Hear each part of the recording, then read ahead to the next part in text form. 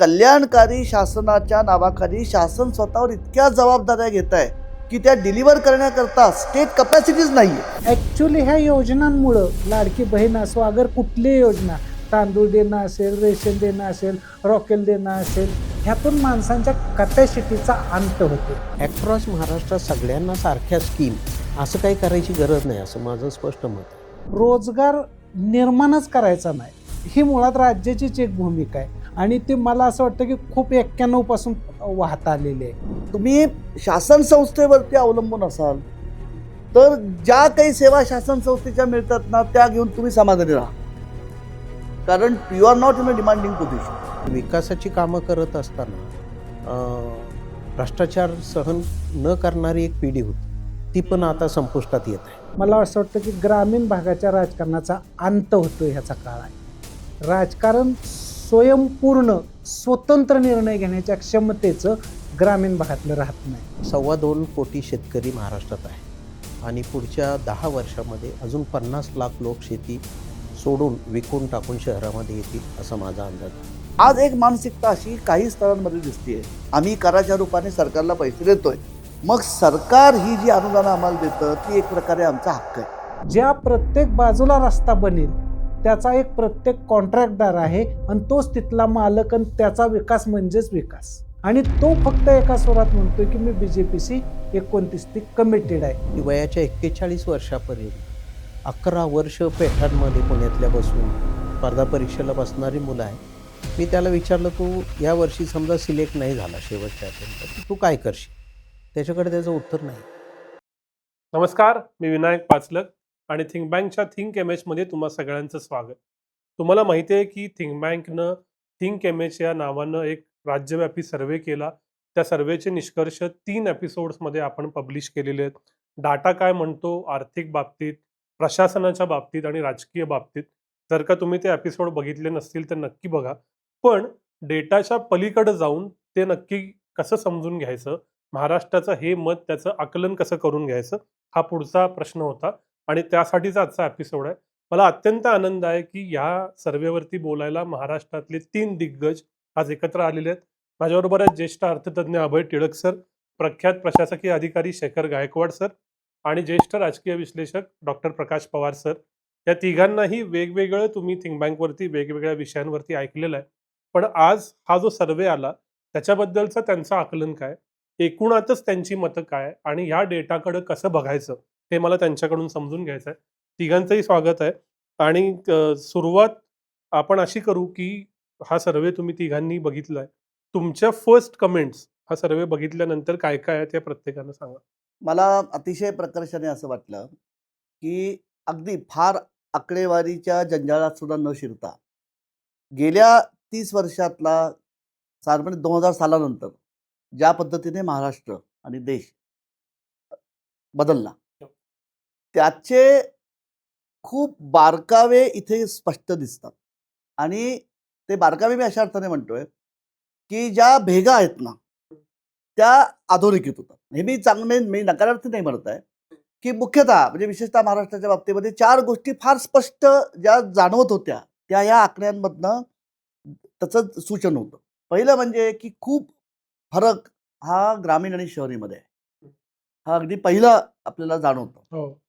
2, जसं ते बिरबलाचं गोष्ट आहे ना की घोडा काढला, पानं का सडली, भाकरी का करपली, तर एकच उत्तर की फिरवलं नाही म्हणून. तसं जो म्हणजे ग्रामीण असेल किंवा नागरी असेल, महागाईचा चटका जास्ती का बसतोय, नोकरीबाबत शाश्वती एवढी का वाटत नाहीये, नोकरी माझी जी आहे तिचा दर्जा कसा आहे, माझ्याकडे बचत किती आहे आणि समजा माझी नोकरी गेली तर माझी बचत मला किती काळ तगवेल. या 4ही प्रश्नांचं एकच उत्तर आहे, क्वालिटी ऑफ जॉब्स. ओके. म्हणजे नोकऱ्या नाहीत असं नाहीये, ज्या नोकऱ्या आहेत त्यांची गुणवत्ता, हा दुसरा घेतो. 3, अतिशय जो पहिल्यापासून 82 सालापासून दांडेकर कमिटीने जो मुद्दा सतत मांडलेला आहे विभागीय असमतोलाचा, तो पुन्हा ह्याच्यात स्पष्ट त्याच्या बारकाव्यांसकट आपल्याला दिसतो. तर हे जे 3 आणि चौथा जो मुद्दा दिसतो ना की मला त्याचा ओव्हरऑल जो आपला स्कोर आहे तो 50% आसपास आहे. हो. म्हणजे फार काही तो भव्य नाही. आणि ते सर्वे म्हणतो पण की ओव्हरऑल पॉझिटिव्ह आहे, पण फार ॲश्युअरिंग पण नाहीये. याचा अर्थ कुठेतरी जे मला खूप जाणवत होतं आणि ते ह्यातनं दिसलं. हम्म. म्हणजे असं होतंय का, की ग्रोथ आणि वेलफेअर हम्म. याची सांगड खूप काय पण म्हणू कमकुवत बनते.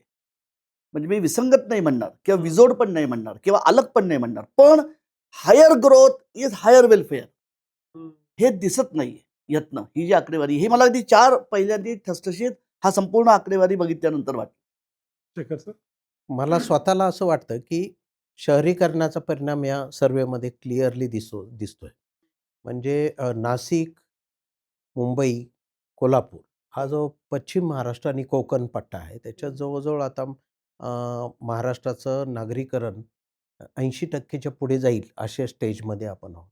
दुसरं याच्यातनं हे दिसतंय, की मोठ्या प्रमाणावर स्थलांतरण आहे हम्म. आणि स्थलांतरणाचा परिणाम सगळ्या प्रश्नांच्या उत्तरांमध्ये पण आपल्याला दिसतो आहे. हो. तिसरं असं दिसतंय, की अस्वस्थ आहे समाज आणि ते पण एक महत्त्वाचं चिन्ह मला दिसतंय, की राजकीय लोकांची क्रेडिबिलिटी गेल्यामुळे असेल किंवा कशामुळे असेल, काही उत्तरं बऱ्यापैकी विसंगत पण येत आहेत आणि त्याचं काही आपल्याला कारण दिसत नाही.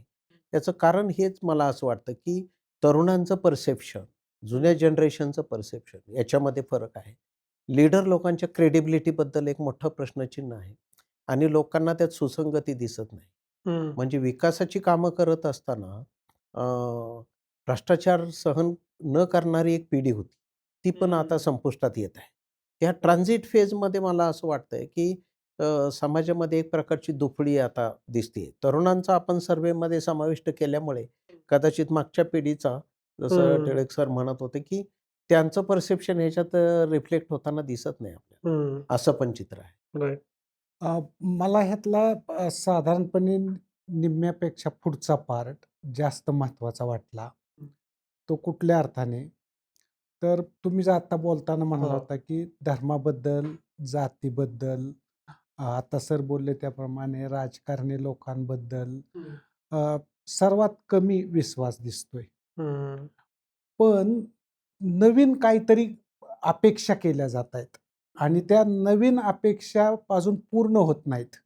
म्हणजे ॲक्च्युली हे संक्रमणाचा काळ असं त्याच्यावरती एक त्यातून चित्र पुढे यायला लागतं. म्हणजे मला जे शेवटच्या 2-3 ह्याच्यात तर असंच वाटलं, की अजून संक्रमण पूर्ण झालेलं नाही. ही प्रोसेस सुरू आहे. हम्म. हा मुद्दा तुमचा पंतप्रधानांच्या बद्दल आणि मुख्यमंत्र्यांच्या बद्दलही तसाच वाटत राहतो. कारण जरी त्यांना हाय रेटिंग मिळालं असलं, तरी सुद्धा काही मुद्द्यांबद्दल एकदमच अलर्ट झाल्यागत सिच्युएशन क्रिएट होते. मग याचा महत्त्वाचा आणखीन काय मुद्दा निघतो, तर मला असं वाटतं, की चळवळ नावाचं एक क्षेत्र होतं महाराष्ट्रात. हम्म. त्याचा आणि आता समाज जीवनाचा, राजकारणाचा संबंध तुटलेला दिसतोय सर्व्हेमध्ये ह्या. नंतर दुसरा नागरी समाज होता. म्हणजे नागरिक हा खूप अलर्ट असायचा. म्हणजे पुणे महानगरपालिकेत पूर्वी एक नागरी संघटना स्थापन करूनच निवडणूक लढवली आणि त्यांनी ती ताब्यात सुद्धा घेतली होती. म्हणजे पॉलिटिकल पार्टीच्या पलीकडे जाण्याचं. हम्म. आणि तिसरं म्हणजे पॉलिटिकल पार्ट्या. म्हणजे ॲक्च्युअली पॉलिटिकल पार्टीला, नागरी समाजाला आणि ह्या चळवळींना आणि शेतकरी समाज ह्या सगळ्यांनाच रिजेक्ट करणारं एक रसायन पुढे येतंय काय, असा त्यातून एक अंदाज यायला सुरुवात होते. कदाचित हे तिकडं चाललं असेल, पण ते क्लॅरिटी येत नाही. परंतु वाटतंय तर तसं या सर्व्हेमध्ये. खूप इंटरेस्टिंग इन्साइट्स तिघांचे पण आहेत. प्रत्येकावर डिग डाऊन करू. पण पहिला मुद्दा तुम्ही म्हणालात क्वालिटी ऑफ जॉब्स. तुम्हा तिघांचाही वेगवेगळ्या पद्धतीनं तरुणाईशी संबंध येतो, जॉबशी येतो. या सर्वेत काय दिसतं, तर नोकऱ्यांबद्दल अजिबात शाश्वती नाही. नोकरी गेली तर 3 महिने टिकतील म्हणजे सेव्हिंग्जवरती अशी लोकं कमी आहेत आणि जितकं ग्रामीण आणि जितकं गरीब जाऊ, तितका हा प्रॉब्लेम वाढतो. नोकऱ्या, तरुणाई आणि हा रिझल्ट तिघांचंही आकलन काय? याचा एक स्पष्ट जे चित्र दिसतंय ना, ते असं दिसतंय की आता 2 जे आपण म्हणतोय भागीदार आहेत, कुठल्याही प्रक्रियेमधले म्हणजे शासन संस्था आणि बाजारपेठ. बाजारपेठेवर ज्यांची उपजीविका अवलंबून आहे तिथे खूप मोठ्या प्रमाणावरती जे इन्फॉर्मलायझेशन आहे, असंघटित क्षेत्र, ते सगळीकडे वाढलंय आणि याला सगळी आकडेवारी आपल्याला साक्ष पुरवते. इतके दिवस म्हणजे आपण जर अगदी इकॉनॉमिक सर्व्हेमध्ये आकडेवारी बघितली तर इतके दिवस कसं का होईना सरकार हा किंवा शासन संस्था हा मोठा एम्प्लॉयर होता. राईट. आता सगळीकडे शासनामधली भरती थांबलेली आहे. म्हणजे काहीतरी गायकवाड सर त्याच्यावरती आणखी अधिकृतपणे नक्कीच भाष्य करतील. तो एक सोर्स पूर्णपणे कमी झालाय. खाजगी क्षेत्रामध्ये हाय स्किल्ड आणि ज्या उत्पादन क्षेत्रांचा सांधा निर्यातीशी किंवा आंतरराष्ट्रीय बाजाराशी जोडलेला आहे तिथे संधी आहेत. तिथे ज्याला आपण व्हर्टिकल ग्रोथ म्हणतो त्याच्याही संधी आहेत. खाजगी कंपन्यांच्या मध्ये खूप मोठ्या प्रमाणावरती जी आंतरराष्ट्रीय पातळीवरती स्पर्धा वाढते त्याच्यामुळे गुणवत्ता वाढवण्याचा जो रेट आहे त्याच्यापायी ऑटोमेशन येत आहे. त्यामुळे तिथे नोकऱ्यांच्या संध्या कमी आहेत. ही सगळी चालणी लागून मग जे उपलब्ध आहे ते लोक घेत आहेत. बरोबर आहे. म्हणजे मला ज्या क्षेत्रात नोकऱ्या निर्माण होत आहेत जिथे बढतीची शक्यता आहे तिथे जाण्याची क्षमता माझ्यामध्ये नाहीये. मग मी काय करायचं तर मला जे उपलब्ध आहे ते मी घेतोय. हा एक भाग होतोय. दुसरीकडे असं होत आहे का की कल्याणकारी शासन म्हणून ज्या वेगवेगळ्या प्रकारच्या हस्तांतरणाच्या योजना सरकार राबवत आहे म्हणजे अगदी सगळ्या आपण वादग्रस्त म्हणू किंवा चर्चा विषय म्हणजे लाडकी बहीण आहे, शेतकऱ्यांना अनुदान आहे, नंतर हे म्हणजे समाजातले जे तुलनेने दुर्बळ घटक आहेत, गतधवा असतील, दिव्यांग असतील, वृद्ध असतील, निराश्रित असतील किंवा परित्यक्त असतील, यांच्यासाठी वेगवेगळ्या माध्यमातून जे काही थोडंफार त्यांच्याकडे हस्तांतरित केलं जातं पैसे, ते दोन मुख्य स्रोत बनतात का आता. म्हणजे ही जी व्हल्नरेबिलिटी आपण म्हणतोय ना, ही व्हल्नरेबिलिटी ह्या दोन घटकांच्या मधनं निर्माण होते का की चांगल्या प्रकारचा रोजगार पुरेसा मिळत नाही म्हणून काय होत आहे की मला नोकरी आहे पण ज्या प्रमाणात बाजारपेठेमधली महागाई वाढतीये त्या प्रमाणात माझं उत्पन्न वाढत नाही. हा जो प्रश्न आहे याचा अर्थ म्हणून म्हणजे हे मला काय वाटतं का हा सगळा जो स्टॅटिस्टिक्स आहे हे इंटरनली अत्यंत कन्सिस्टंट आहे. म्हणजे ग्रामीण भागामध्ये रोजगार हा सगळ्यात मोठा अडचण आहे. दोन, तिथेच आपली जी कॅटेगरी सी आहे म्हणजे लो एज्युकेशन, लो ॲसेट, सगळीकडे ती तळाला आहे. कारण व्हर्टिकल मोबिलिटीची शक्यताच नाहीये. म्हणजे ज्याला आपण चॅनेल्स म्हणतो डेव्हलपमेंट. म्हणजे मला तर वाटलं ना की एकीकडे हे बघा महाराष्ट्र वर्गरणी बघितलं तर चांगलं झालंय. 7-8% ग्रोथ रेट आहे. बाकी सगळ्या पॅरामीटर्सच्या बाबतीत बहुतेक ठिकाणी महाराष्ट्र हा नॅशनलच्या ॲव्हरेजच्या वर आहे. पण मग ती ग्रोथ आणि त्याचं पर्कोलेशन आणि त्या वाढीचं सार्वजनिक माणसाच्या कल्याणामध्ये रूपांतर ती पातळी बदलण्यातून हे इथे दिसत नाहीये. याचं मुख्य कारण मला असं वाटतं की रोजगाराची गुणवत्ता. आणि मी फक्त एकच मुद्दा म्हणतो की म्हणतो आपण पुढे जाऊया. काय झालंय याच्यावरती हल्लीचं पॉप्युलर नॅरेटिव्ह असं आहे की आम्ही डेव्हॉसला गेलो, आम्ही इकडे गेलो, एवढ्या 1000 कोटीची गुंतवणूक महाराष्ट्रामध्ये येऊ घातली आहे. काय झालं ह्याच्यात एक तुम्ही बघितलं ना सगळ्या लोकांना पुढच्या वर्षी किंवा येत्या भविष्य काळात परिस्थिती कशी असेल तर सगळ्यांचा पॉझिटिव्ह रिस्पॉन्स आहे. म्हणजे ते पर्सेंटेज 41% वर नाहीये. याचं कारण हे जे नॅरेटिव्ह सांगितलं जातं की अहो एवढी गुंतवणूक येऊ घातली आहे, एवढा रोजगार निर्माण होणार आहे. गंमत याच्यामध्ये अशी आहे की इथे लबाडी आहे आणि ती मला फार एक विद्यार्थी म्हणून वाईट वाटतं. आपला दरवर्षी महाराष्ट्राचं जे आर्थिक सर्वेक्षण अहवाल प्रसिद्ध होतो त्याच्यामध्ये अगदी अलीकडेपर्यंत गेल्या 20 वर्षात राज्यामध्ये किती कारखान्यांनी इरादापत्र सादर केलेत, त्याच्यामध्ये किती प्रस्तावित गुंतवणूक आहे आणि किती रोजगार निर्मिती अपेक्षित आहे याची आकडेवारी यायची. त्याच्याच बरोबर पुढे गेल्या 20 वर्षात प्रस्तावित पैकी किती गुंतवणूक प्रत्यक्षात आली, किती रोजगार कारखाने सुरू झाले आणि किती रोजगार त्यातनं निर्माण झाला ही आकडेवारी सरकार द्यायचं. अलीकडे ती आकडेवारी देणं बंद झालेलं आहे. म्हणजे फक्त आशा जी आहे की अरे एवढी येणार आहे गुंतवणूक त्याचं प्रतिबिंब कुठेतरी ह्याच्यात पडत आहे का की मला असं वाटतं आज माझी परिस्थिती एवढी चांगली नाहीये पण अरे ज्या अर्थी सरकार किंवा शासन संस्था एवढं करते उद्या कदाचित ते सुधारू शकेल. हे यातनं फार स्पष्ट. पण याचा मुख्य मुद्दा हा एकीकडे शेतीची कुंठित अवस्था खूप मोठ्या प्रमाणात ती सरांनी जो मुद्दा म्हटला की केवळ नागरीकरण नाहीये, विकासाची प्रक्रिया सुद्धा शहरी केंद्रित आहे. आणि त्याच्यात ती महानगर केंद्रित आहे. आणि तिसरा, सर्वच स्तरांवरती चांगल्या उत्पादक स्वरूपाच्या रोजगाराची मानवा, याचं हे चित्र आहे. शेखर सर. तरुणांशी तर माझा फार जवळचा संबंध आहे आणि स्पर्धा परीक्षेच्या निमित्ताने मी लाखो विद्यार्थ्यांच्या संपर्कात आहे. मी मागे पण एक उदाहरण सांगितलं की वयाच्या 41 वर्षापर्यंत 11 वर्ष पेठांमध्ये पुण्यातल्या बसून स्पर्धा परीक्षेला बसणारी मुलं आहेत. मी त्याला विचारलं, तू या वर्षी समजा सिलेक्ट नाही झाला शेवटच्या अटेम्प्टला, तर तू काय करशील? त्याच्याकडे त्याचं उत्तर नाही. तो म्हणतो, नाही मी यावर्षी सिलेक्ट होणारच. मग मी त्याला असं एक वाक्य बोललो की जगाच्या पाठीवर वडिलांच्या पैशावर 41 वर्षापर्यंत फक्त अभ्यास करायचा आणि काहीच पैसे कमवायचे नाही, अशी जगामध्ये कुठल्याही देशात अशी व्यवस्था नाही. माझा पहिला मुद्दा असा आहे की विद्यार्थ्यांना 12वी झाल्याच 6 महिन्यासाठी इंटर्नशिप दिली पाहिजे आणि ती समाजातल्या सगळ्या घटकांनी दिली पाहिजे. प्रायव्हेट सेक्टरनी पण दिली पाहिजे. ॲग्रिकल्चरच्या मुलाला गार्डनिंगचे प्लांट करायला काय प्रॉब्लेम आहे? त्याला तासाला काही पैसे ठरवून द्यावेत. अमेरिका एवढ्या मोठ्या देशाला ते एन्श्युअर करत आहे की तासाला $8 मिळाले पाहिजे, $12 हो. मिळाले पाहिजे. मग एक नॅशनल पोर्टल आपण उमेदवारीचं किंवा स्टुडंटशिपचं असं का नाही करू शकलो? दुसरा मुद्दा माझा असा आहे की एज्युकेशनचं जर पातळी बघितली, जेव्हा विद्यार्थ्यांशी आम्ही बोलतो, संपूर्ण मराठवाडा, विदर्भामध्ये जे प्राध्यापक 35 वर्षापूर्वी नोकरीला लागले आहे, त्याचा ह्या सर्वेशी तर कनेक्टच दिसणार नाही तुम्हाला.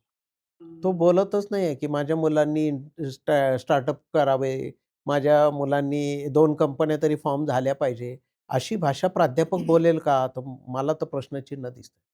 म्हणजे फार रिमोट भागामध्ये असं आहे. तिसरीकडे 300 पेक्षा जास्त इंजिनिअरिंग कॉलेज विकायला आहेत आणि आता इलॉन मस्क म्हणतो मला प्लंबर पाहिजे, इलेक्ट्रिशियन पाहिजे. सर म्हणले तोच मुद्दा आहे.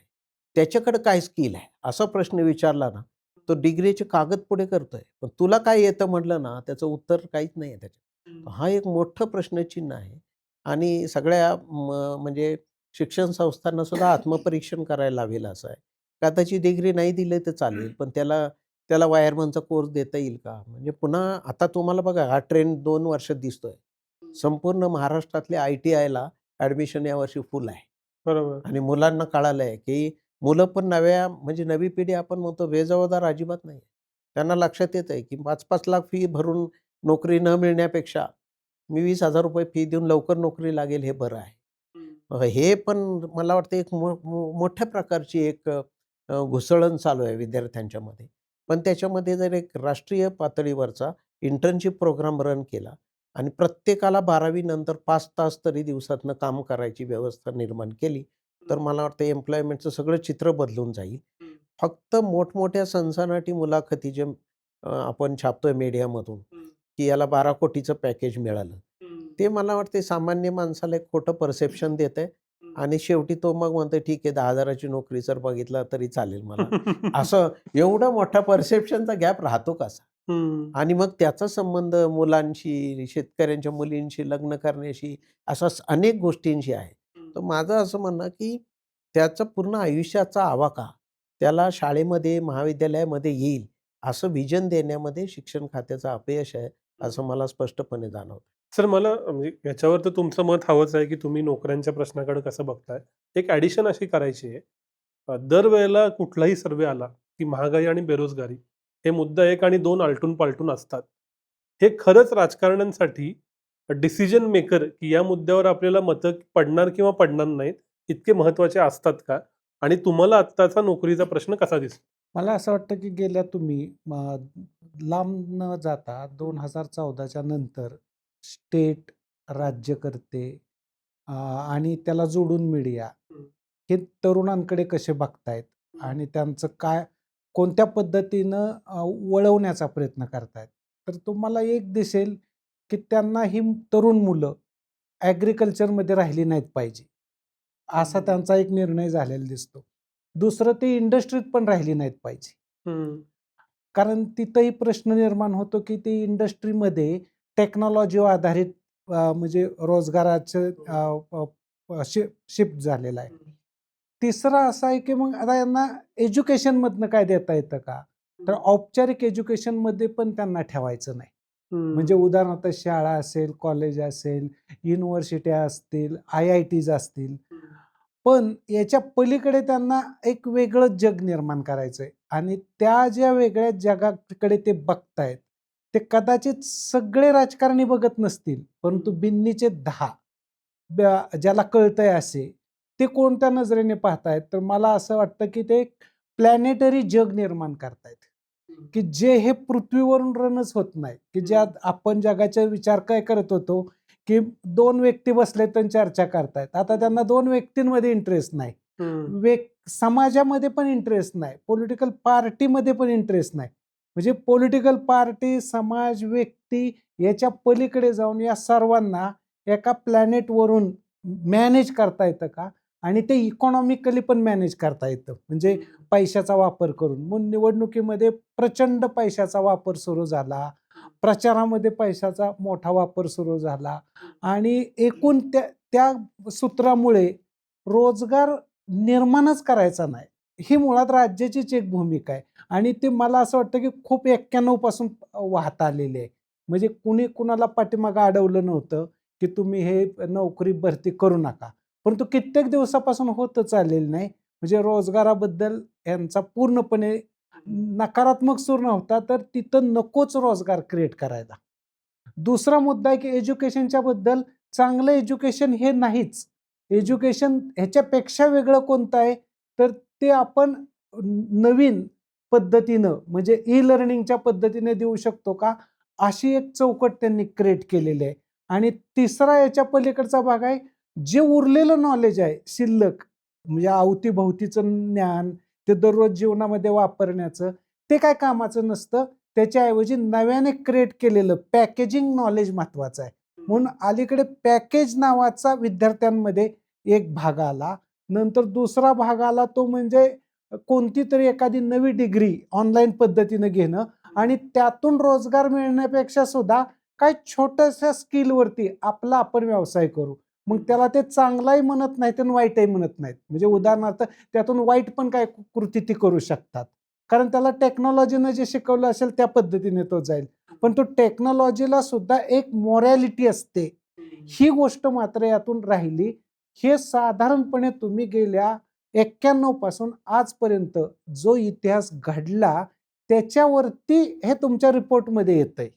म्हणजे रोजगाराच्या बद्दलचं खात्री कोणालाच नाही, शिक्षणातून काही मिळणारच नाही. तिसरा मुद्दा म्हणजे हे घेऊन करायचंय काय, किंवा वर्गात जायचंच नाही, किंवा सरांनी सांगितलं तसं स्पर्धा परीक्षेच्यासाठी काम करतो तेव्हा माझा ए प्लॅन, बी प्लॅन, सी प्लॅन असला पाहिजे. ए पराभूत झाला तर बी वर मी काम केलं पाहिजे, बी पराभूत झाला तर सी कडे गेलो पाहिजे. परंतु ए पासून तो माणूस हलतच नाही जैसे थे. ही स्टॅग्नन्सी जी आली ही नव्या एका प्लॅनेटरी पॉलिटिक्समध्ये त्याला नेण्यातून आलेली आहे. आणि ही जी गोष्ट आहे ही मला असं वाटतं की तुमच्या रिपोर्टचा गाभा असल्यागत आहे. कारण जगच पुन्हा तुम्ही शिफ्ट झालेलं दाखवताय जवळपास त्यात. मला काही स्पेसिफिक मी प्रश्न फक्त एक बोलू काय ना, म्हणजे दोन्हीच्या आपल्या तिघांच्या शिक्षणाचा जो मुद्दा आला यातली जी आकडेवारी आहे ना, मला हा विरोधाभास या दोन्ही अस्वस्थतेच्या मुळाशी वाटतो. खर्चामध्ये कुटुंबाच्या तुमच्या कुठे वाढ होतीये याचा जो आपण इथे मागोवा घेतला आहे त्याच्यामध्ये 3 घटक हे प्रामुख्याने आलेत.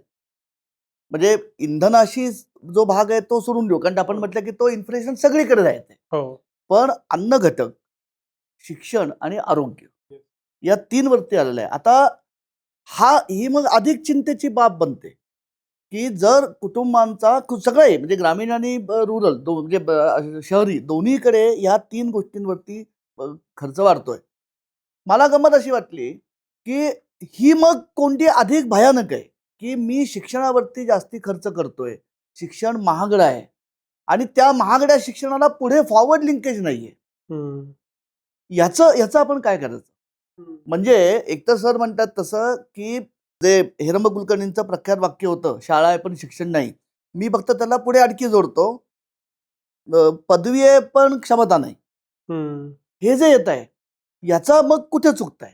मग जर एकीकडे खर्च वाढतोय काय याचं संपूर्ण मूळ हे केवळ खाजगीकरणामध्ये आहे की आज आपल्याला जी म्हणजे मला ह्या संपूर्ण डेटामधनं एक जो त्या मानाने पृष्ठभागावर आलेला जो भाग दिसतोय ना या सगळ्या ज्या दुफळी आहेत, ग्रामीण विरुद्ध शहरी, त्याच्यानंतर गरीब आणि श्रीमंत, संघटित असंघटित, याच्या मुळाशी मला असं वाटतं जी एक विशेषतः पोस्ट 1990 जी एक अत्यंत अदृश्य भिंत आहे, की जर तुम्ही शासन संस्थेवरती अवलंबून असाल तर ज्या काही सेवा शासन संस्थेच्या मिळतात ना त्या घेऊन तुम्ही समाधानी राहा, कारण you are not in a demanding position.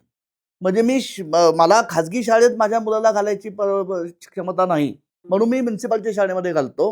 पण मला म्युन्सिपाल्टीच्या शाळेमधनं ज्या दर्जाचं शिक्षण मिळेल ते घेण्याखेरीज गत्यंतर नाहीये. ही जी आज परिस्थिती झाली आहे की समाजाचा जो घटक कसं का होईना बाजारपेठेच्या माध्यमातून त्याच्या गरजा भागवतोय. मग तो पोराला अगदी केजीच्या ह्याला ₹1,00,000 फी आहे तरी मुलं घालतो आपण. म्हणजे ह्याचा संबंध शिक्षण कुठल्या माध्यमातून शिक्षण मिळत आहे, त्याची गुणवत्ता काय आहे, त्यातनं कुठल्या क्षमता निर्माण होतात, त्या क्षमतांचा बाजारपेठेमधली श्रमांची जी बाजारपेठ आहे त्यातल्या बदलत्या कलाशी त्याचा अनुबंध आहे का, आणि मग त्याचा मला फायदा मिळतो का.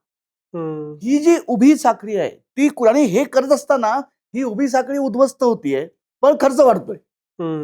शेखर सर, मला इथं तुम्हाला असं विचारायचं आहे की या सगळ्या रिपोर्टमध्ये आणि या उत्तरात ग्रामीण भाग वीक दिसतो सातत्यानं. जिथं जिथं शहरीकरण नाही ते दोन्ही रिजन्स म्हणजे मराठवाडा आणि विदर्भ तुलनेनं खूप वीक दिसतात, सरकारवर अवलंबून दिसतात, नोकऱ्यांचा प्रश्न अधिक येतो, ग्रामीण आणि गरीब लोकांकडं कमी सेव्हिंग आहे आणि कमी नोकरीची शाश्वती आहे. मग या ग्रामीण महाराष्ट्राचं करायचं काय आणि तुमचं ग्राउंडवरचं आकलन काय सांगतं? माझं असं म्हणजे मी तर लिहितोय आता एक भविष्यातली शेतीमध्ये.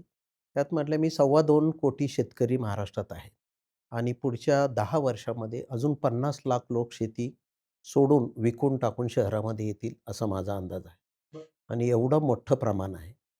दुसरं महत्त्वाचं हे आहे की एकेका गावावर आपण 200-300 कोटी रुपये जरी टाकले एकाच गावामध्ये, तरीसुद्धा ते गाव विकसित झालं का?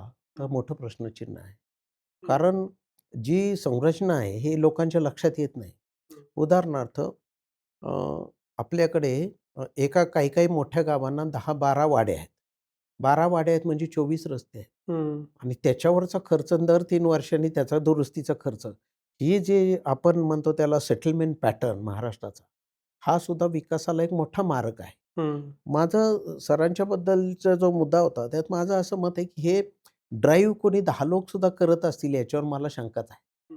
हे कोणी ड्राईव्हच करत नाही, ते फक्त त्या गर्दीमध्ये मिसळलेले लोक आहेत आणि त्यातले काही लोक पुढे आहेत, पण ते ड्राईव्ह काय करत असतील असं आज तरी मला वाटत नाही कुठल्याही बाबतीमध्ये. कारण तेही त्यांना काही कळत नाही आहे की त्या दिवशीचा जो तात्कालिक फायदा आहे तो घ्यायचा आणि त्याच्या आधारे पुढे निघून जायचं. ह्याच्या पलीकडे ह्याच्यात फार मोठा काही लाँग टर्म दृष्टिकोन आहे असं मला स्वतःला दिसत नाही.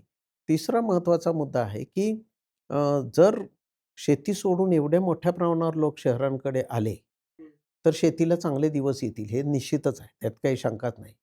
पण ते होत असताना त्याच्या मधल्या जनरेशनला कदाचित अजून 20-25 वर्ष शेतकऱ्यांच्या मुलांना फार मोठं सफरिंग ह्याच्यातनं होण्याची पण दाट शक्यता आहे. कारण त्याच्याकडे स्किल कमी आहे, त्याच्याकडे एज्युकेशन कमी आहे, त्याच्याकडे जॉब मिळण्याची क्षमता पण कमी आहे. तो पुन्हा शहरात येऊन काय करेल? तर पुन्हा 1950चा गरम हवाचा पिरियड सारखी परिस्थिती होणार.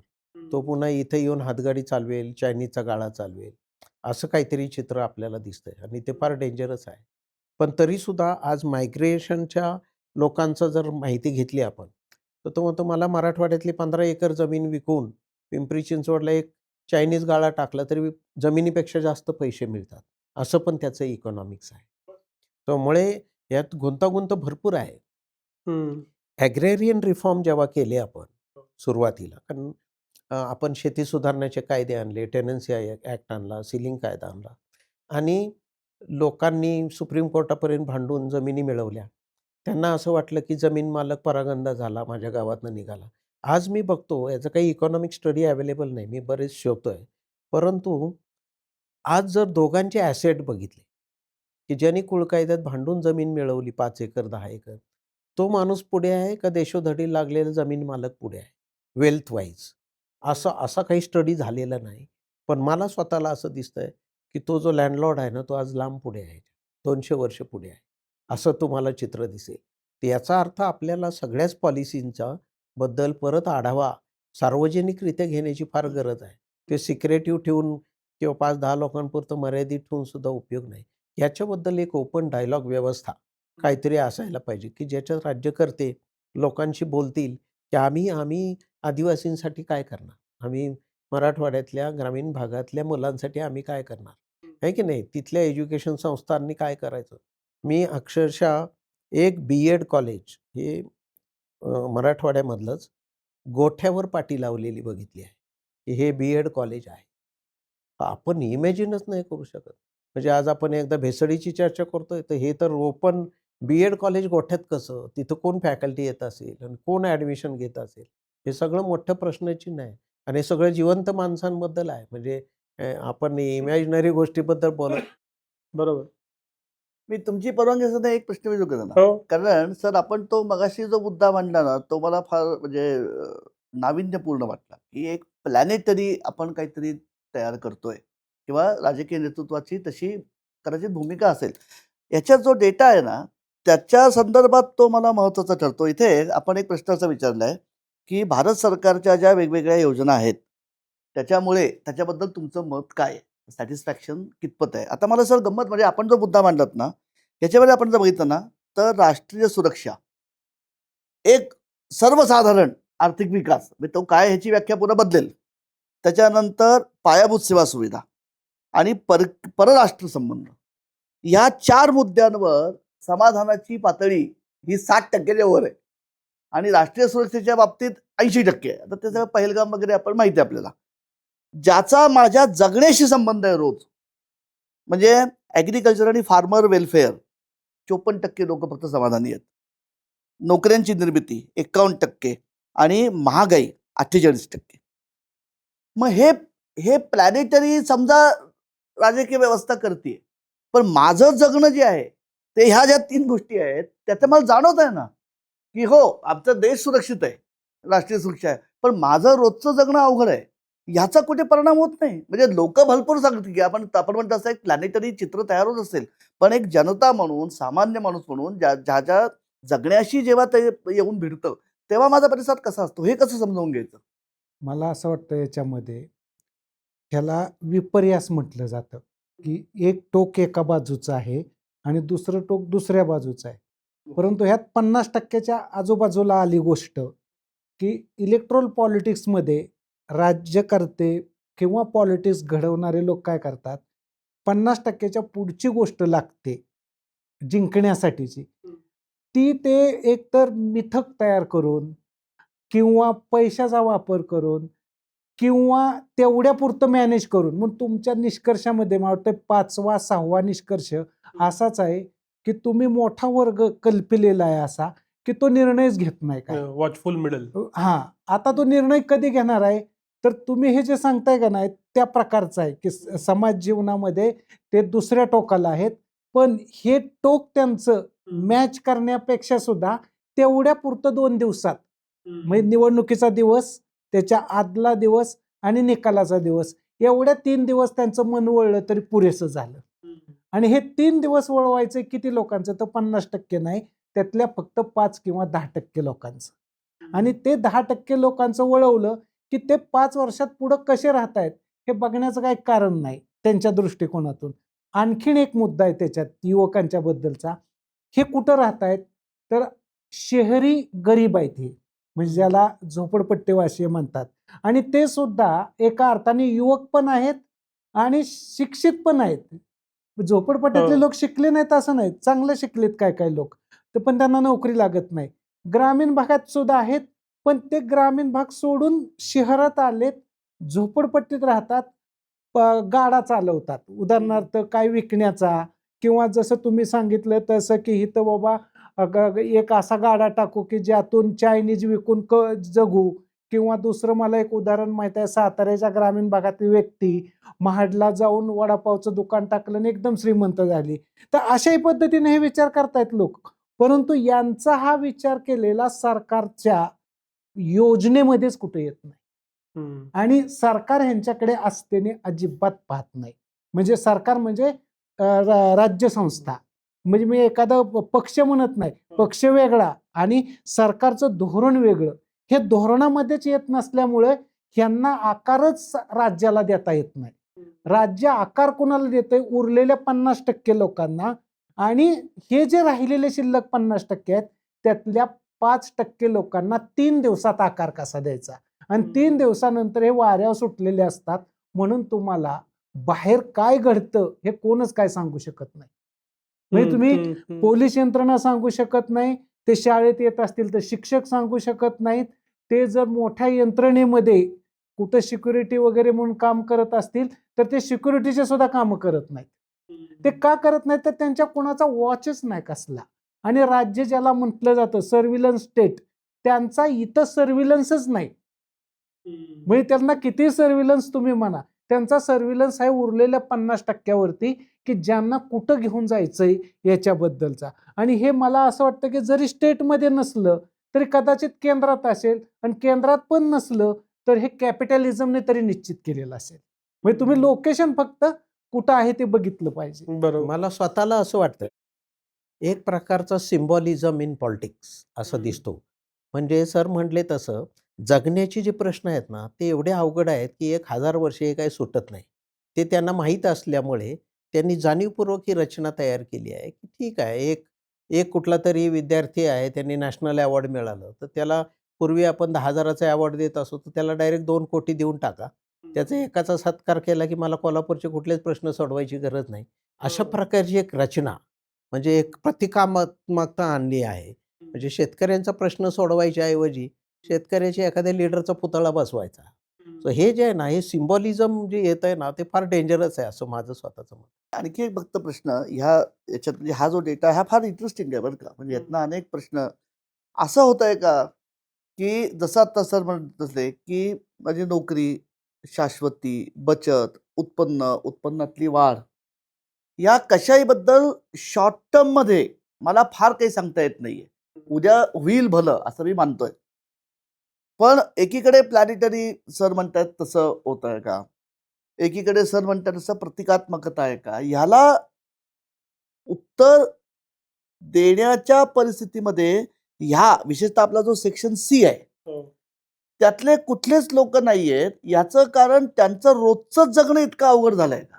म्हणजे सर जसं म्हणले की त्या 50% जे आहेत त्याच्यापैकी काहींचं ते फक्त 3% दिवसामध्ये भवितव्य. असं होत आहे का की झाले इतकं मी गांजलोय, निदान मला माताला एवढे पैसे मिळतात ना, हे तरी आठवडाभर चांगलं जाईल, इथपर्यंत हा सेक्शन सी टेकीला आलाय का? आणि मग दुसरं जे सरांचा मुद्दा होता की याचा फायदा घेऊन मग दर 3 महिन्यांनी कुठल्या तरी महापुरुषाची जयंती, मग मिरवणुका काढायच्या, त्यानिमित्ताने वर्गणी गोळा करायची. मग ती वर्गणी का खंडणी हा वेगळा प्रश्न आहे. त्यातून हा सगळा जो माणूस आहे की जो शाळेत पण नाहीये, बाजारात पण नाहीये, नोकरीत पण नाहीये, मिळण्याची शक्यता पण नाहीये, पण तो एकदम उठाव करणार नाही किंवा त्याला हो माझा देश सुरक्षित आहे, आमचं परराष्ट्र धोरण छान आहे, माझं कसं का असेना, हा त्याच्या मागचा एक घटक असू शकतो का? आणि शेवटचा म्हणजे मला हे कायम या प्रश्नाचं उत्तर माहित नाही.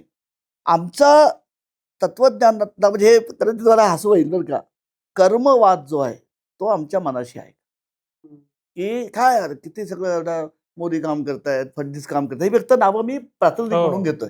तरी सुद्धा माझी परिस्थिती काय समजते, माझं दैवच तसं आहे, माझं पूर्वकर्मच तसं आहे.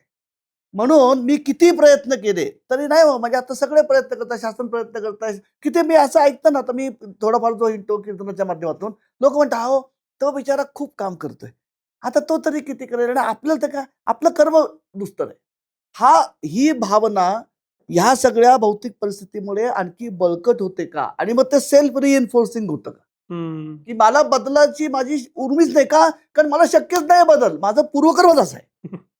असं होतं का? म्हणजे मला माहित नाही. हा फार इंटरेस्टिंग अँगल आहे. पण याच्यावर मी फंडामेंटल मुद्द्याकडे येतो. मला पवार सरांपासून सुरुवात करायची, तिघांनाही. मग आता मुद्दा येतो या सगळ्यामध्ये की विकास म्हणजे काय? कारण 25% लोक असे म्हणतात रफली की विकास या मुद्द्यावर आम्ही ठरवतो आम्ही कुणाला मत देणार. मग तो विकास काय? मग तो टच अँड फील ज्याला आपण म्हणतो, रस्ते, मेट्रो हा आहे. ग्रामीण भागातला विकास काय आहे? प्रत्येकाची विकासाची डेफिनेशन काय तुमच्यापासून? मला असं वाटतं की विकासाची व्याख्या ही फार पसरट झालेली आहे. म्हणजे ते कोणाला असे पडदेशी पकडता येईल असं दिसत नाही. म्हणजे तुम्ही झोपडपट्टीत गेला तर पाण्याचा नळ मिळाला तर त्याचा विकास झाला, कारण ते दररोजचं भांडण आहे पाण्याचं तिथं. पण दुसऱ्या बाजूला एक उलटी अवस्था आहे की ज्यांना विकासाची कल्पना ही कॅपिटलिझम मधनं आलेली आहे. आणि तो विकास म्हणजे रस्त्यांचा विकास असेल, शहर चटपटीत दिसण्याचा विकास असेल, शहरामध्ये कारंजी दिसण्याचा विकास असेल, बाजारपेठेमध्ये तुम्हाला जाता येता आलं पाहिजे आणि चांगल्या वस्तू खरेदी करता आल्या पाहिजेत, ही एक विकासाची वेगळी कल्पना आहे. पण ही फक्त आता अशी राहिलेली नाही. माझं उलटं असं मत नाही, हा जो विकास आहे हा त्यांनी प्लॅनेटवरती आणलेला आहे. म्हणजे तुम्ही खरेदी विक्री जी करता ही मोबाईलवरून करताय, ते मार्केट कुठं आहे कुणालाच माहित नाही. मोबाईलवरून खरेदी झालेली वस्तू तुमच्या घरी येते. ऍक्च्युली हे सगळं व्यवहार कुठून होतोय? प्लॅनेटमधूनच होतोय. म्हणजे प्लॅनेट असं तुम्ही सोडून द्या, परंतु ऑनलाईनच्या Virtual पद्धतीने म्हणे असं ते चित्र निर्माण झालेलं आहे. त्यामुळे विकासाची व्याख्या प्रत्येकाची वेगळी आहे आणि ती प्रत्येकाची व्याख्या सामावून घेण्यासाठी एक ढोबळ व्याख्या ठेवली जाते आणि ती ढोबळ व्याख्या सरकारने ठेवल्यामुळे त्यात सर्वांनाच वाटतंय आपला विकास होतोय. मी कुणाला वाटत नाही असं की उदाहरण दाखल एखाद्या गृहीत असं धरा की धरण बांधलं तर त्या धरणामध्ये पाणी आलं की मला पाणी मिळणार आहे एवढाच विकासाचा अर्थ. पण याच्या आधी तुम्ही 60ला गेला असता तर ते धरणामध्ये ते विकासाला प्रश्न विचारायचे, तुम्ही खानाला खन फनाला फन देणार का, तर तो विकास असेल, नाही तर तो विकास नाही, अशी ती कल्पना होती. आता ती संकुचित म्हणजे फक्त माझ्या पुरती झाली. मला आजची गोष्ट मिळली की विकास झाला, उद्याची मिळो अगर ना मिळो.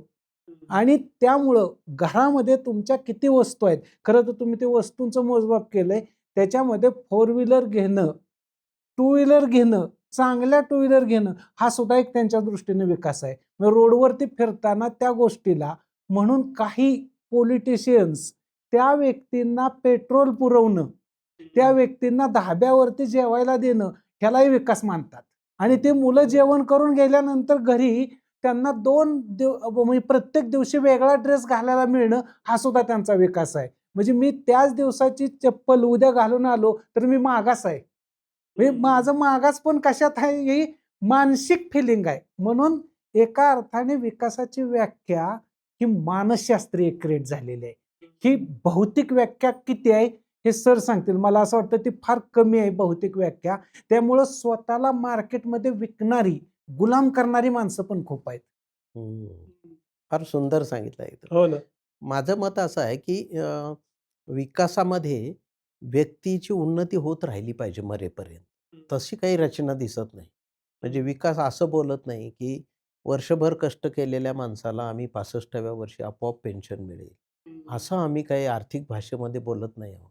अनऑर्गनाइज सेक्टरलाही आता पेन्शन वगैरे देऊ शकतो आपण, आहे त्या स्कीम. पण त्याच्याबद्दल एवढं लाँग टर्म राजकीय लोक विचार नाही करत. असं म्हणत नाही की सर्व भांडेवाल्या बायकांना 65व्या वर्षापासून 10,000 रुपये पेन्शन मिळेल. एवढी रचना आम्ही आत्ता तेवढी इन्व्हेस्टमेंट करतो. पण ते फार डिस्टंट आहे. म्हणून मी म्हणतो की त्याचा संबंध सिम्बॉलिझमशी आहे, की डोळ्याने दिसणारा तो विकास. असं जे आता चित्र झालंय ना, ते एका अर्थाने समाजाच्या दृष्टीने फार घातक आहे. कारण काही ठराविक लोकांचा झालेला विकास किंवा काही ठराविक गोष्टींचा केलेला विकास म्हणजे विकास असं होत नाहीये. कारण समाजामध्ये सतत वर खाली होत असतं कुठल्यातरी सामाजिक कारणांमुळे, ॲक्सिडेंटमुळे अनेक गोष्टी आहेत. आज असं दिसतंय आपल्याला की आरोग्याचा जो खर्च होता पूर्वी, आपल्या जगण्याच्या किती टक्के पैसे आरोग्यावर खर्च करत होतो. आज संपूर्ण हयातभर एखाद्या क्लास 1 ऑफिसर किंवा त्याच्या दर्जाच्या माणसाचं सगळं सेव्हिंग हे 3 दिवसाच्या हॉस्पिटलायझेशनमध्ये संपुष्टात येतं. एवढी महागडी व्यवस्था आपण आणली कशी? कुठून येते ही? तर हे लक्षात येत नाही. म्हणजे मरताना माणूस मुंबईहून पुण्यात आले की 10 लाख वाचतील आणि तिथून तो ग्रामीण भागात जाऊन PSCमध्ये मेला तर अजून 40 लाख रुपये वाचतील. असं चित्र बघता बघता निर्माण झालं. मग आपण पुढे गेलो की परत मागे आलो. तर त्यामुळे मला असं वाटतं सर म्हणतात ते बरोबर आहे की विकासाची प्रत्येकाची व्याख्या वेगवेगळी आहे आणि अशी सर्वंकष व्याख्यासुद्धा ऑफिशियली तुम्हाला केलेली कुठे दिसणार नाही तुम्हाला. म्हणजे जाहीरनाम्यामध्ये सुद्धा आमच्या दृष्टीने विकास म्हणजे हे असं काही दिसत नाही. मी फक्त विनायक असं म्हणेन, मी ह्या दोघांचंही जे विश्लेषण आहे ते फक्त मी वेगळ्या शब्दात असं म्हणेन की हे अपरिहार्य आहे. याचं कारण असं आहे की विशेषतः आपला देश जो आहे जो अत्यंत गुंतागुंतीचा आहे, इतकं प्रचंड स्तरीकरण आहे ना की प्रत्येक स्तरात व्याख्या बदलेल आणि त्यामुळे विकास झाला नाही असं कुणीही नाकारू शकणार नाही. कारण प्रत्येक स्तरामध्ये माझ्या आधीच्या पिढीपेक्षा माझी परिस्थिती सुधारलेली आहे. हे सगळ्यांना मान्य करावंच लागेल. फक्त प्रश्न मला जो वाटतो महत्वाचा तो असा की हा जो विकास घडून येतोय याचं माध्यम कुठलं आहे? म्हणजे एक मी माणूस किंवा समाजाचा किंवा देशाचा जबाबदार नागरिक म्हणून शक्यतो माझ्या मूलभूत गरजा माझ्या स्वतःच्या क्षमतांमधनं मी भागवू शकतो का?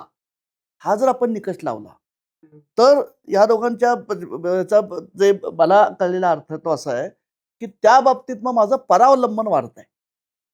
कारण मला हा म्हणजे ह्याच्यावरती ना खरं आणखी म्हणजे मला आपण बोलूया. मला ह्याच्यात एक नवल असं वाटलं की एक आपण तो फार महत्वाचा प्रश्न आहे की आज तुमची नोकरी गेली तर तुमची जी बचत आहे त्याच्यावर तुम्ही किती काळ काढाल? त्याचं तिन्ही कॅटेगरीमध्ये उत्तर वेगवेगळं आहे. मला याच्यात एक प्रश्न असा कदाचित ते सांगणं अवघड आहे, कदाचित उत्तर पण मिळणार नाही. शासकीय सोर्सेसमधनं तुम्हाला जे आज अनुदान किंवा हस्तांतरण येत आहे ते वगळून तुमचं स्वतःचं अर्जित उत्पन्न जे आहे त्यातून तुमची बचत किती आहे? कारण हा प्रश्न विकासाशी का संबंधित आहे? जर माझा उपभोग, माझी क्रयशक्ती, माझं उत्पन्न हे जर खूप मोठ्या प्रमाणावरती शासनाच्या तिजोरीमधनं येणारा जो स्रोत आहे त्याच्यावरती जर अवलंबून राहणार असेल आणि त्या परिस्थितीत नजीकच्या काळामध्ये बदल होण्याची शक्यता नसेल तर तो मग कितपत स्थिर विकास मानायचा? म्हणजे मला काय पायाभूत सेवा सुविधा हे सुधारल्यात, हाताशी फोन आलेत, सर म्हणतात तसं की मला काल मी 2 कपडे घेतले होते, आज माझ्याकडे आणखी 6 कपडे आहेत. हे सगळं मान्य आहे. हे माझी क्षमता वाढली आहे का? म्हणजे एक केवळ इकॉनॉमिक एंटिटी म्हणून म्हणत नाही, एक समाजाचा माणूस म्हणून मला माझ्या स्वतःच्या इच्छेप्रमाणे हे थोड्या भाषेत सांगायचं तर थोडंफार हे अमर्त्य सेन वगैरे जे म्हणतात ना ढोबळ पातळीवरती ते आहे की मला ज्या पद्धतीची जीवनशैली अपेक्षित आहे ती जीवनशैली माझ्या स्वतःच्या क्षमतेवर पदरात पाडून घ्यायला मी समर्थ आहे का? ही जर विकासाची व्याख्या धरली तर मग खूप प्रश्न आहे. आणि ह्याला सुद्धा माझी ना नाही बरं का, म्हणजे मी केवळ टीकात्मक नाही बोलत आहे. कारण हल्ली सर असाही एक सूर येतो की विशेषतः आम्ही वस्तू आणि सेवा कराची प्रणाली आणल्यापासून पूर्वी आम्ही असं म्हणायचो की 5-7% लोक फक्त किंवा 10% लोक टॅक्स भरतायत, बाकीच्यांना कुठे आहे? मग आम्हाला नको का? ज्या प्रमाणात आम्ही टॅक्स भरतो त्या प्रमाणात आम्हाला सुविधा पाहिजेत किंवा मग आमच्या करावरती बाकीचे लोक मजा करतात, अशी काही समाजामध्ये भावना होती. आज आता असं आहे की मी वस्तू आणि सेवा करामुळे सगळा माणूस कोणत्या ना कोणत्या स्वरूपात आम्ही टॅक्स भरतो, कर भरतो. कारण मी जरी काळेबिटी केली तरी मला घ्यावं. आज एक मानसिकता अशी काही स्तरांमध्ये दिसतेय की जर आम्ही आता सगळे आम्ही कराच्या जाळ्यामध्ये आलेलो आहोत, आम्ही कराच्या रूपाने सरकारला पैसे देतोय, मग सरकार ही जी अनुदानं आम्हाला देतं ती एक प्रकारे आमचा हक्क आहे. ही जी बदललेली मानसिकता आहे ना ही मला भीतीदायक ह्या प्रश्नाच्या संदर्भात वाटते. आणि ती भीतीदायक का वाटते? केवळ मानसिक म्हणून नाही वाटत मला. याचा अर्थ एक असा होतो की मग आम्हाला शासन संस्था आणि शासनाची तिजोरी पर्यायाने आर्थिक विकासाचा वेग हा अत्यंत सज्जड ठेवायला लागेल. ह्याच पद्धतीने जर विकासाची प्रक्रिया आपल्याला गतिमान ठेवायची असेल की तुटपुंज करून तुम्ही तुमच्या खर्चाच्या एकूण मासिक खर्चाच्या 30-40%, 50% मिळवा, उरलेले 50% शासन देत आहे, मग ती क्षमता शासनाला टिकवून धरावी लागेल. आणि त्या बाबतीत आपण मग असुरक्षित आहोत. म्हणजे यंदा जर आपण बघतो की यंदा सगळीकडे सुपर एल निनोची चर्चा झाल्यानंतर सगळे अजून पोटातनं हबकलेले आहेत की 50-55% आमचं उत्पादन खरीपामध्ये होतं. महाराष्ट्र, तेलंगणा, ओडिशा, गुजरात या 4 राज्यांच्या मध्ये खरीपाचा हंगाम हा मुख्य आहे. मग एक पाऊस आमचा उशिरा गेला की खरीपाचा हंगाम जातो, आमची अन्नधान्याच्या सुरक्षा धोक्यात येते, आखातात अस्थिरता निर्माण झाली की आमचं तेल महाग होतं. मग हा जर विकासाचा आम्हाला 8-9-10% जर दर ठेवायचा असेल आणि त्यातनं लोकांना अनेक अनुदान देऊन जर बाजारपेठ टिकवायची असेल तर मग हा विकास हा खरा विकास म्हणता येईल का? हा एक प्रश्न मला बघता येतो. आणि एक मला अगदी राहत नाही म्हणून मी सरांना विचारतो, तुम्ही विचारणार असाल तर विचारतो सर. याच्यात राजकीय पक्षांच्या संदर्भात जी आकडेवारी आहे ती मला फार इंटरेस्टिंग वाटली. आणि याच्यातलं एक स्पष्ट असं दिसतंय की छान त्याच्यात ग्रामीण आणि शहरी अशी ती विभागणी आहे की ग्रामीण भागामध्ये भाजपला कमी दिसत आहे, शहरी भागामध्ये जास्त दिसत आहे. पण पक्षवार जर आपण काढली तर मला 77 78 म्हणजे 76-77ची आठवण का झाली की ज्यावेळी सगळे काँग्रेसेतर पक्ष एकत्र आले त्यावेळी जनता पक्षाचा प्रयोग होऊन तसं तसं इथे दिसतंय का? कारण शहरी असो किंवा ग्रामीण असो, महिला असोत किंवा पुरुष असोत, भाजपला एक-एकट्या ह्याच्यात मतांची टक्केवारी जास्ती आहे. पण बाकी सगळ्यांची एकत्र केलं तर ती भाजपच्या कमी आहे किंवा बरोबर तरी आहे किंवा जास्ती तरी आहे. ह्याचं काय अर्थ काढायचा? मला असं वाटतं सॉरी की आम्ही नाही, नाही, तुझ्या ह्या प्रश्न होतात विचारला मला. असेल नाही, तर. नाही, हा संक्रमणाचा काळ असण्यापेक्षा सुद्धा मला असं वाटतं की ग्रामीण भागाच्या राजकारणाचा अंत होतोय ह्याचा काळ आहे. ग्रामीण भागातलं राजकारण म्हणजे राजकारण तिथं घडणार नाही असं माझं मत नाही. राजकारण स्वयंपूर्ण स्वतंत्र निर्णय घेण्याच्या क्षमतेचं ग्रामीण भागातलं राहत नाही. दुसरा एक मुद्दा आहे, ग्रामीण भाग ज्याला आपण म्हणतो तो 100% ग्रामीण भाग नाही, तिथं निम शहर काहीतरी आहे. याच्यामुळं बीजेपी ही ओव्हरलोड पार्टी आहे इतर पार्ट्यांच्या तुलनेत. बीजेपी आता तुम्ही स्थानिक स्वराज्य संस्थात बघितलं, नगर परिषदा, पंचायत समित्या, जिल्हा परिषदा, ती निम शहरांवरती प्रचंड निवडणुकीत यश मिळवून पुढे गेलेली आहे. त्याच्यामुळं बीजेपीला तोंड देणं हे उरलेल्या कुठल्याच पार्टीला शक्य नाही. आता तुम्हाला जी दुसरी पार्टी दिसते तग धरून, ती मुंबई केंद्रित, ठाणे केंद्रित पार्टी आहे. म्हणजे शिंदेची पार्टी, शिवसेना. ती ग्रामीण पार्टी नाही. ग्रामीण लेवलला सुद्धा ती चालू शकत नाही. शरद पवारांची पार्टी पूर्णपणे डिक्लाइन झालेली आहे. अजित पवारांची पार्टी पूर्ण डिक्लाइन होताना तुम्हाला दिसते. उद्धव ठाकरेंची तीच अवस्था आहे, परंतु ती प्री प्लॅन डिक्लाइन झालेली पार्टी आहे, म्हणजे डिक्लाइन केली गेलेली पार्टी आहे. ह्याच्यामुळं प्रश्न असा क्रिएट होतो की तुमच्या मताप्रमाणे निर्णयाचं केंद्र, सत्तेचं निर्णयाचं केंद्र हे अर्बनमध्ये आहे, रुरलमध्ये नाही. त्यामुळे रुरलवाल्यांनी आता जसं 60 पासून 80 पर्यंत ते निर्णयातले बॉस होते, तसे आता अर्बन हा निर्णयातला बॉस आहे. मग त्यात कदाचित कधी देवेंद्र फडणवीस असतील, कधी शिंदे असतील किंवा शिंदे आणि देवेंद्र फडणवीस जाऊन सुद्धा अर्बन मधलाच पुढचा नेता क्रिएट होईल. आणि तुम्ही नीट बारकाईनं पाठीमागची स्पर्धा बघितली तर उद्धव ठाकरे अर्बन मधनं निघाले, शिंदे अर्बन मधनं निघाले, देवेंद्र फडणवीस अर्बन मधनं निघाले. अत्यंत कसलेला नेता अजित पवार ग्रामीण भागातला मुख्यमंत्री पद नाही जाऊ शकला. ह्याचं कारणच ते आहे की अर्बन नावाची गोष्टच महत्वाची आहे आणि त्याला निम शहर म्हणून आता सध्या तरी महाराष्ट्रामध्ये जरी असं इकडून तिकडं जाणं असलं तरी जातानाचा एक मधला टप्पा दिसतोय आणि ती आकडेवारी आपल्याला फसवती. परंतु मुख्य मुद्दा एकच आहे की बीजेपीला तुम्हाला साधारणपणे 50च्या पुढं वाटचाल मिळेल दिसते. राजकारणाचा जर उल्लेख झाला, या सगळ्यात राहिलेला मुद्दा प्रशासन. आपण अख्खा तो शासन इंडेक्स केला मध्ये आणि त्याच्यात 3 मुद्दे आहेत, सेवा, सच आणि साफ. त्यात असं दिसतं सर की योजना पोचतायत का? हो पोचतायत, खूप एफर्ट्स घेते. त्याच्यात रूल पण आहे, पण तरी वशिला लागतो फास्ट व्हायला. आणि हे घडत असताना दुसरीकडे भ्रष्टाचार मात्र वाढतोय, असा स्पष्ट एक प्रकारचा सिग्नल दिसतो. तुम्ही प्रदीर्घ काळ प्रशासक राहिलेले आहात, तुमचं याचं आकलन काय? माझं आकलन असं आहे की फार योजना आणि कुणाला मिळेल याची कशाचीच गॅरंटी नाही, अशा प्रकारचं चित्र आहे. म्हणजे कागदावर जर बघितलं ना तर हजारो योजना आहेत आणि असं दिसतंय आज की आज कुठल्याही गावामध्ये मी गेलो, मी कलेक्टर म्हणून गेलो समजा, तर 1400 लोकांपैकी कुणाला कुठल्या योजनेचा लाभ मिळेल हे कोणीच नाही सांगू शकत. कलेक्टरच नाही तर राज्य शासन नाही सांगू शकत नाही, कोणीच नाही.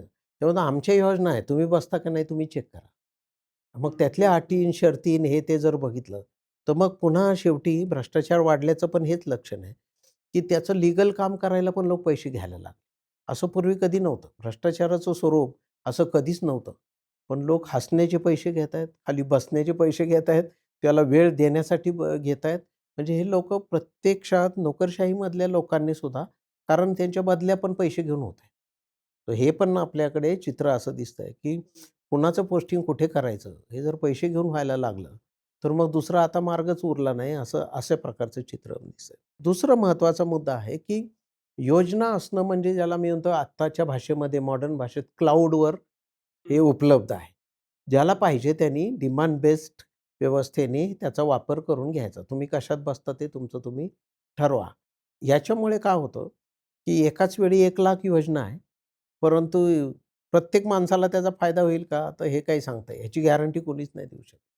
तर अटी शर्ती एवढ्या आहेत विचित्र. म्हणजे एक उदाहरण म्हणून मी एक साधं उदाहरण सांगतो, की आपण प्रत्येक घराला टॉयलेट देण्याची योजना आखली. त्या टॉयलेटच्या योजनेमध्ये होतं, की या योजनेत एकदा लाभ घेतला, की परत त्याला 20 वर्ष लाभ द्यायचा नाही. आणि ते पहिलं जे बांबूच्या तट्ट्याचं टॉयलेट आपण दिलं होतं 72 साली. 72 सालचं बांबूचं तट्ट्याचं टॉयलेट तिथून पुढे 20 वर्ष टिकेल, असा जो समज आहे त्या योजनेमध्ये. तो प्रॅक्टिकली काय आहे? तो तर 3 महिन्यात पावसाने त्याचं पडून पण गेलेला आहे. पण आपण म्हणजे आपण जगलरी करतो या योजना डिझाइन करताना, असा त्याचा अर्थ आहे. तर तो सामान्य माणसाला ह्याच्यातलं चित्र कळत नाही आहे किंवा तो त्याचा अर्थ त्याला स्वतःला पाहिजे तसा निघू शकत नाही योजनेमध्ये. त्यामुळे योजना फार आणि न्याय कमी अशा प्रकारची रचना आहे. सर याच्यात टेक्नॉलॉजीचा मुद्दा आहे कमी येतो, की सगळ्या योजना झाल्या डिजिटल, पण एका मोठ्या वर्गाला अजूनही डिजिटल लिटरसी नाही, विशेषतः महिलांना नाही. मग मिडलमन येतो, तो सर्व्हिस फी घेतो, त्याला कोणी करप्शन म्हणू न म्हणू, असं पण एक डिजिटल डिवाइडचं किती मोठ्या प्रमाणावर फार्मर्स आयडी आपण आणायचं ठरवलं. 90% लोकांना माहीत सुद्धा नाही. सर्रास मला माहिती आहे 2 ते 3 तालुक्यात मी माहिती घेतली. शेतकऱ्याकडनं ₹2200 ते ₹2400 त्या सर्व्हिस ऑपरेटरनी घेतले. बरं त्याला करायचं काय? नाव इंग्लिशमध्ये टाईप करायचं आहे, एज टाकायचं आहे, आधार कार्ड नंबर टाकायचा आहे. एक ओ-टी-पी येतो, तो तो त्याचा नंबर तो देतोय आणि ते ओ-टी-पीची किंमत ₹2500 असू शकते काय? पण हे म्हणजे एक प्रकारे नाही सगळी इलिटरेट माणसाच्या विरुद्धची कॉन्स्पिरसी आहे, असं मला स्वतःला वाटतंय. म्हणजे तंत्रज्ञान असताना सुद्धा हे एवढं गुंतागुंतीचं आयुष्य करणं सामान्य माणसाचं. म्हणजे अनेक वेळा असं वाटतंय, की आता ते येतंय बघा Instagramवर, की म्हणजे ह्याला आधार कार्ड जोडा, त्याला पॅन कार्ड जोडा. दुसरं काही शिल्लकच नाही आहे. म्हणजे आपल्या आयुष्याला आता म्हणजे लहानपणी जन्माला आल्या-आल्या एखादं एक हे टाकून, चिप टाकून त्यात एक 400-500 कोड आणि ओ-टी-पी हे टाकावं लागेल का काय? अशी परिस्थिती आहे. त्यामुळे जगणं मला वाटतं गुंतागुंतीचं केलं आणि फार पूर्वी शूद्रक नावाच्या एका ऋषीने असं म्हणलं, की समाज साधा सोपा राहिला असता तर न्याय सोपा राहिला असता. पण समाज पण गुंतागुंतीचा आहे. तो विकृत विचार करणारा आहे, तो कपटी आहे, तो स्वार्थी आहे आणि त्यामुळे न्याय पण सोपा राहिला नाही. हे अशा प्रकारची एक रचना आपण तयार केली आहे आणि ती सगळी गरिबांच्या आणि इलिटरेट माणसाच्या विरोधात जाणारी आहे एवढं नक्की. तुम्हाला काय अडचण? तर मला हा प्रशासनाचा कारण ह्यातली जी आकडेवारी आहे ना, ती तशी खूप गमतीशीर आहे. गमतीशीर अशा अर्थाने चांगली म्हणतोय मी, की माझ्यापर्यंत सेवा पोहोचतात का? तर त्याच्याबद्दल सर्वसाधारण समाधान आहे. याच्यात जो तिसरा वर्ग जो आहे, की ज्याच्याकडे शिक्षण पण कमी आहे, त्याची आर्थिक स्थिती पण दुर्बळ आहे. त्यांना सगळ्याच पातळीवर अडचण आहे. ते आपण एक वेळ मान्य करू. पण असं होतंय का, की हे मला सर फार कुतूहल आहे बरं का, कारण सगळीकडे सरकारी नोकर भरती थांबलेली आहे. ॲब्सोल्यूट लेव्हलमध्ये कमी झालेली आहे सरकारी कर्मचाऱ्यांची संख्या. बरोबर, बरोबर. हं. म्हणजे आम्ही हे डिजिटल संपूर्ण माध्यम करणं हा परिणाम आहे का कारण आहे? म्हणजे शासकीय म्हणजे जिथे माणसाची गरज आहे, तो माणूस आम्ही भरत नाही म्हणून आम्ही म्हणतोय, की तुम्ही डिजिटल हे करा. म्हणजे ही एक बाजू आणि दुसरी बाजू मला आपण जो आत्ता मुद्दा मांडलात. सर असं होतंय का? कारण हा मुद्दा अरविंद सुब्रमण्यम, विजय केळकर, विजय जोशी या सगळ्या लोकांनी आत्तापर्यंत म्हटलेलं आहे, की कल्याणकारी शासनाच्या नावाखाली शासन स्वतःवर इतक्या जबाबदाऱ्या घेत आहे, की त्या डिलिव्हर करण्याकरता स्टेट कपॅसिटीज नाहीये. बरोबर. मग ह्याच्या संदर्भात मग हा मुद्दा इच्छाशक्तीचा आहे का खरोखर आर्थिक आहे? की आमच्याकडे आम्ही जागा का भरत नाही? कारण आमचा सगळीकडे टीका की नवीन पे कमिशन आलं की बांधणं बांधली. मग शासन संस्थेची क्षमता वाढवण्यासाठी काही प्रयत्न किंवा प्रशासनाचं सक्षमीकरण करण्याकरता जर आपण केलं, तर यातले जे प्रश्न आहेत, की अनेक ठिकाणी की म्हणजे मला योजनेचा लाभ मिळतोय, म्हणजे रूल बेस्ड पण आहे, पण ओळख पण लागते. ओळख का लागते? कारण आपण म्हणतो असं की 1400 लोक तर एकच अधिकारी. तिथे जर 20 अधिकारी असते तर हा प्रश्न सुटला असता. म्हणजे हा शासनाच्या सक्षमतेचा पण प्रश्न आहे नाही, का? याच्यामध्ये मी मी कारण दोन्ही बाजूले काम केलंय म्हणून मी सांगतो. थॉट प्रोसेस अशी आहे, शिक्षणावर समजा एकेकाळी 10 वर्षापूर्वी 2200 कोटी रुपये बजेटमध्ये होते. लोकप्रतिनिधींचा विचार करायची शक्ती अशी आहे, की 2200 कोटी झिरोवर आणता येईल का? हं. म्हणजे काय? लोकांची ऐपत वाढतीये ना, जाऊ दे त्यांना इंग्लिश मीडियममध्ये, आंतरराष्ट्रीय शाळांमध्ये, कुठे जायचे तिकडे. आपण ₹500 चे ₹600 काढले, की हे लोक मोर्चे काढतात. आता ₹1.5 लाख भरून ते आपोआप घेतात ना खाजगी आंतरराष्ट्रीय शाळेत ॲडमिशन. म्हणजे लोकांकडे पोटेन्शियल आहे, पण हे लोकांना कसं डील करायचं? याचा सगळ्यात सोपा मार्ग काय आहे? की सर्व सार्वजनिक शाळा बंद करून टाकायच्या आणि खाजगीकरण आणायचं आहे बॅकडोअरने. हे असं स्पष्टपणे दिसत आहे. आणि मग हे 2200 कोटी रुपये मी इन्फ्रास्ट्रक्चरवर खर्च करीन. हम्म. हो, अशी हो. थॉट प्रोसेस आहे. हो, हो. थॉट प्रोसेस ही आहे, की ज्यामुळं मतं मिळत नाही. समजा स्कॉलरशिप आहे. 12,000 कोटी रुपये जातात. स्कॉलरशिपमुळे मतं मिळतात का? तर राजकीय लोकांच्या माझं तर मत असं आहे, की त्यांना फार लांबचं दिसतं. त्यांना माहिती आहे, की हे असं रेग्युलेटरी काम करून काही आपल्याला मतं मिळणार नाही. म्हणून आपल्याला सिम्बॉलिक काम करायला पाहिजे. आणि मग करायला काय पाहिजे, तर मला इन्फ्रास्ट्रक्चरला पैसे पाहिजे. इन्फ्रास्ट्रक्चरला पैसे कधी येणार? तर सामाजिक न्याय, शिक्षण या सगळीकडे कमी, कमी, कमी करत जायला पाहिजे. असा त्याचा डायरेक्ट अर्थ आहे. सो ही एक स्ट्रॅटेजिक मला असं वाटतंय गोष्ट असल्यामुळे सरकारची साईज का वाढत नाही आणि एम्प्लॉयमेंट का वाढत नाही, सरकार का नोकऱ्या देत नाही, असं काही करायचं नाही आहे. हे निश्चित मला सर पवार सर तुम्हाला विचारायचं आहे, की भ्रष्टाचार बद्दल आपण एक इंडेक्स वगैरे केला. पण 2012 ते 14 भ्रष्टाचार हा देशव्यापी मुद्दा होता. आत्ता भ्रष्टाचार हे न्यू नॉर्मल आहे का? आणि या मुद्द्यावरती पॉलिटिक्सची निडल मूव्ह होणार नाही, असं माहीत असल्यामुळं सगळीकडं त्याला एक मान्यता मिळाली आहे का? हे मला असं वाटतं, की म्हणजे जेव्हा केव्हा आपण गृहीत धरू, की भारत स्वतंत्र झाला, तेव्हापासून भ्रष्टाचार होतच आलाय. म्हणजे तुम्ही कुठलंही दशक काढा किंवा वर्ष काढा. पण भ्रष्टाचाराचा निवडणुकीवरती, सत्तेवरती, एखादा व्यक्ती निर्णायक बाहेर जाण्यावरती फार कमी प्रभाव पडलाय. असा मोठा नाही पडला. झाले असतील तर आपल्याला शोधून काढून तेवढी उदाहरणं दाखवावी लागतात.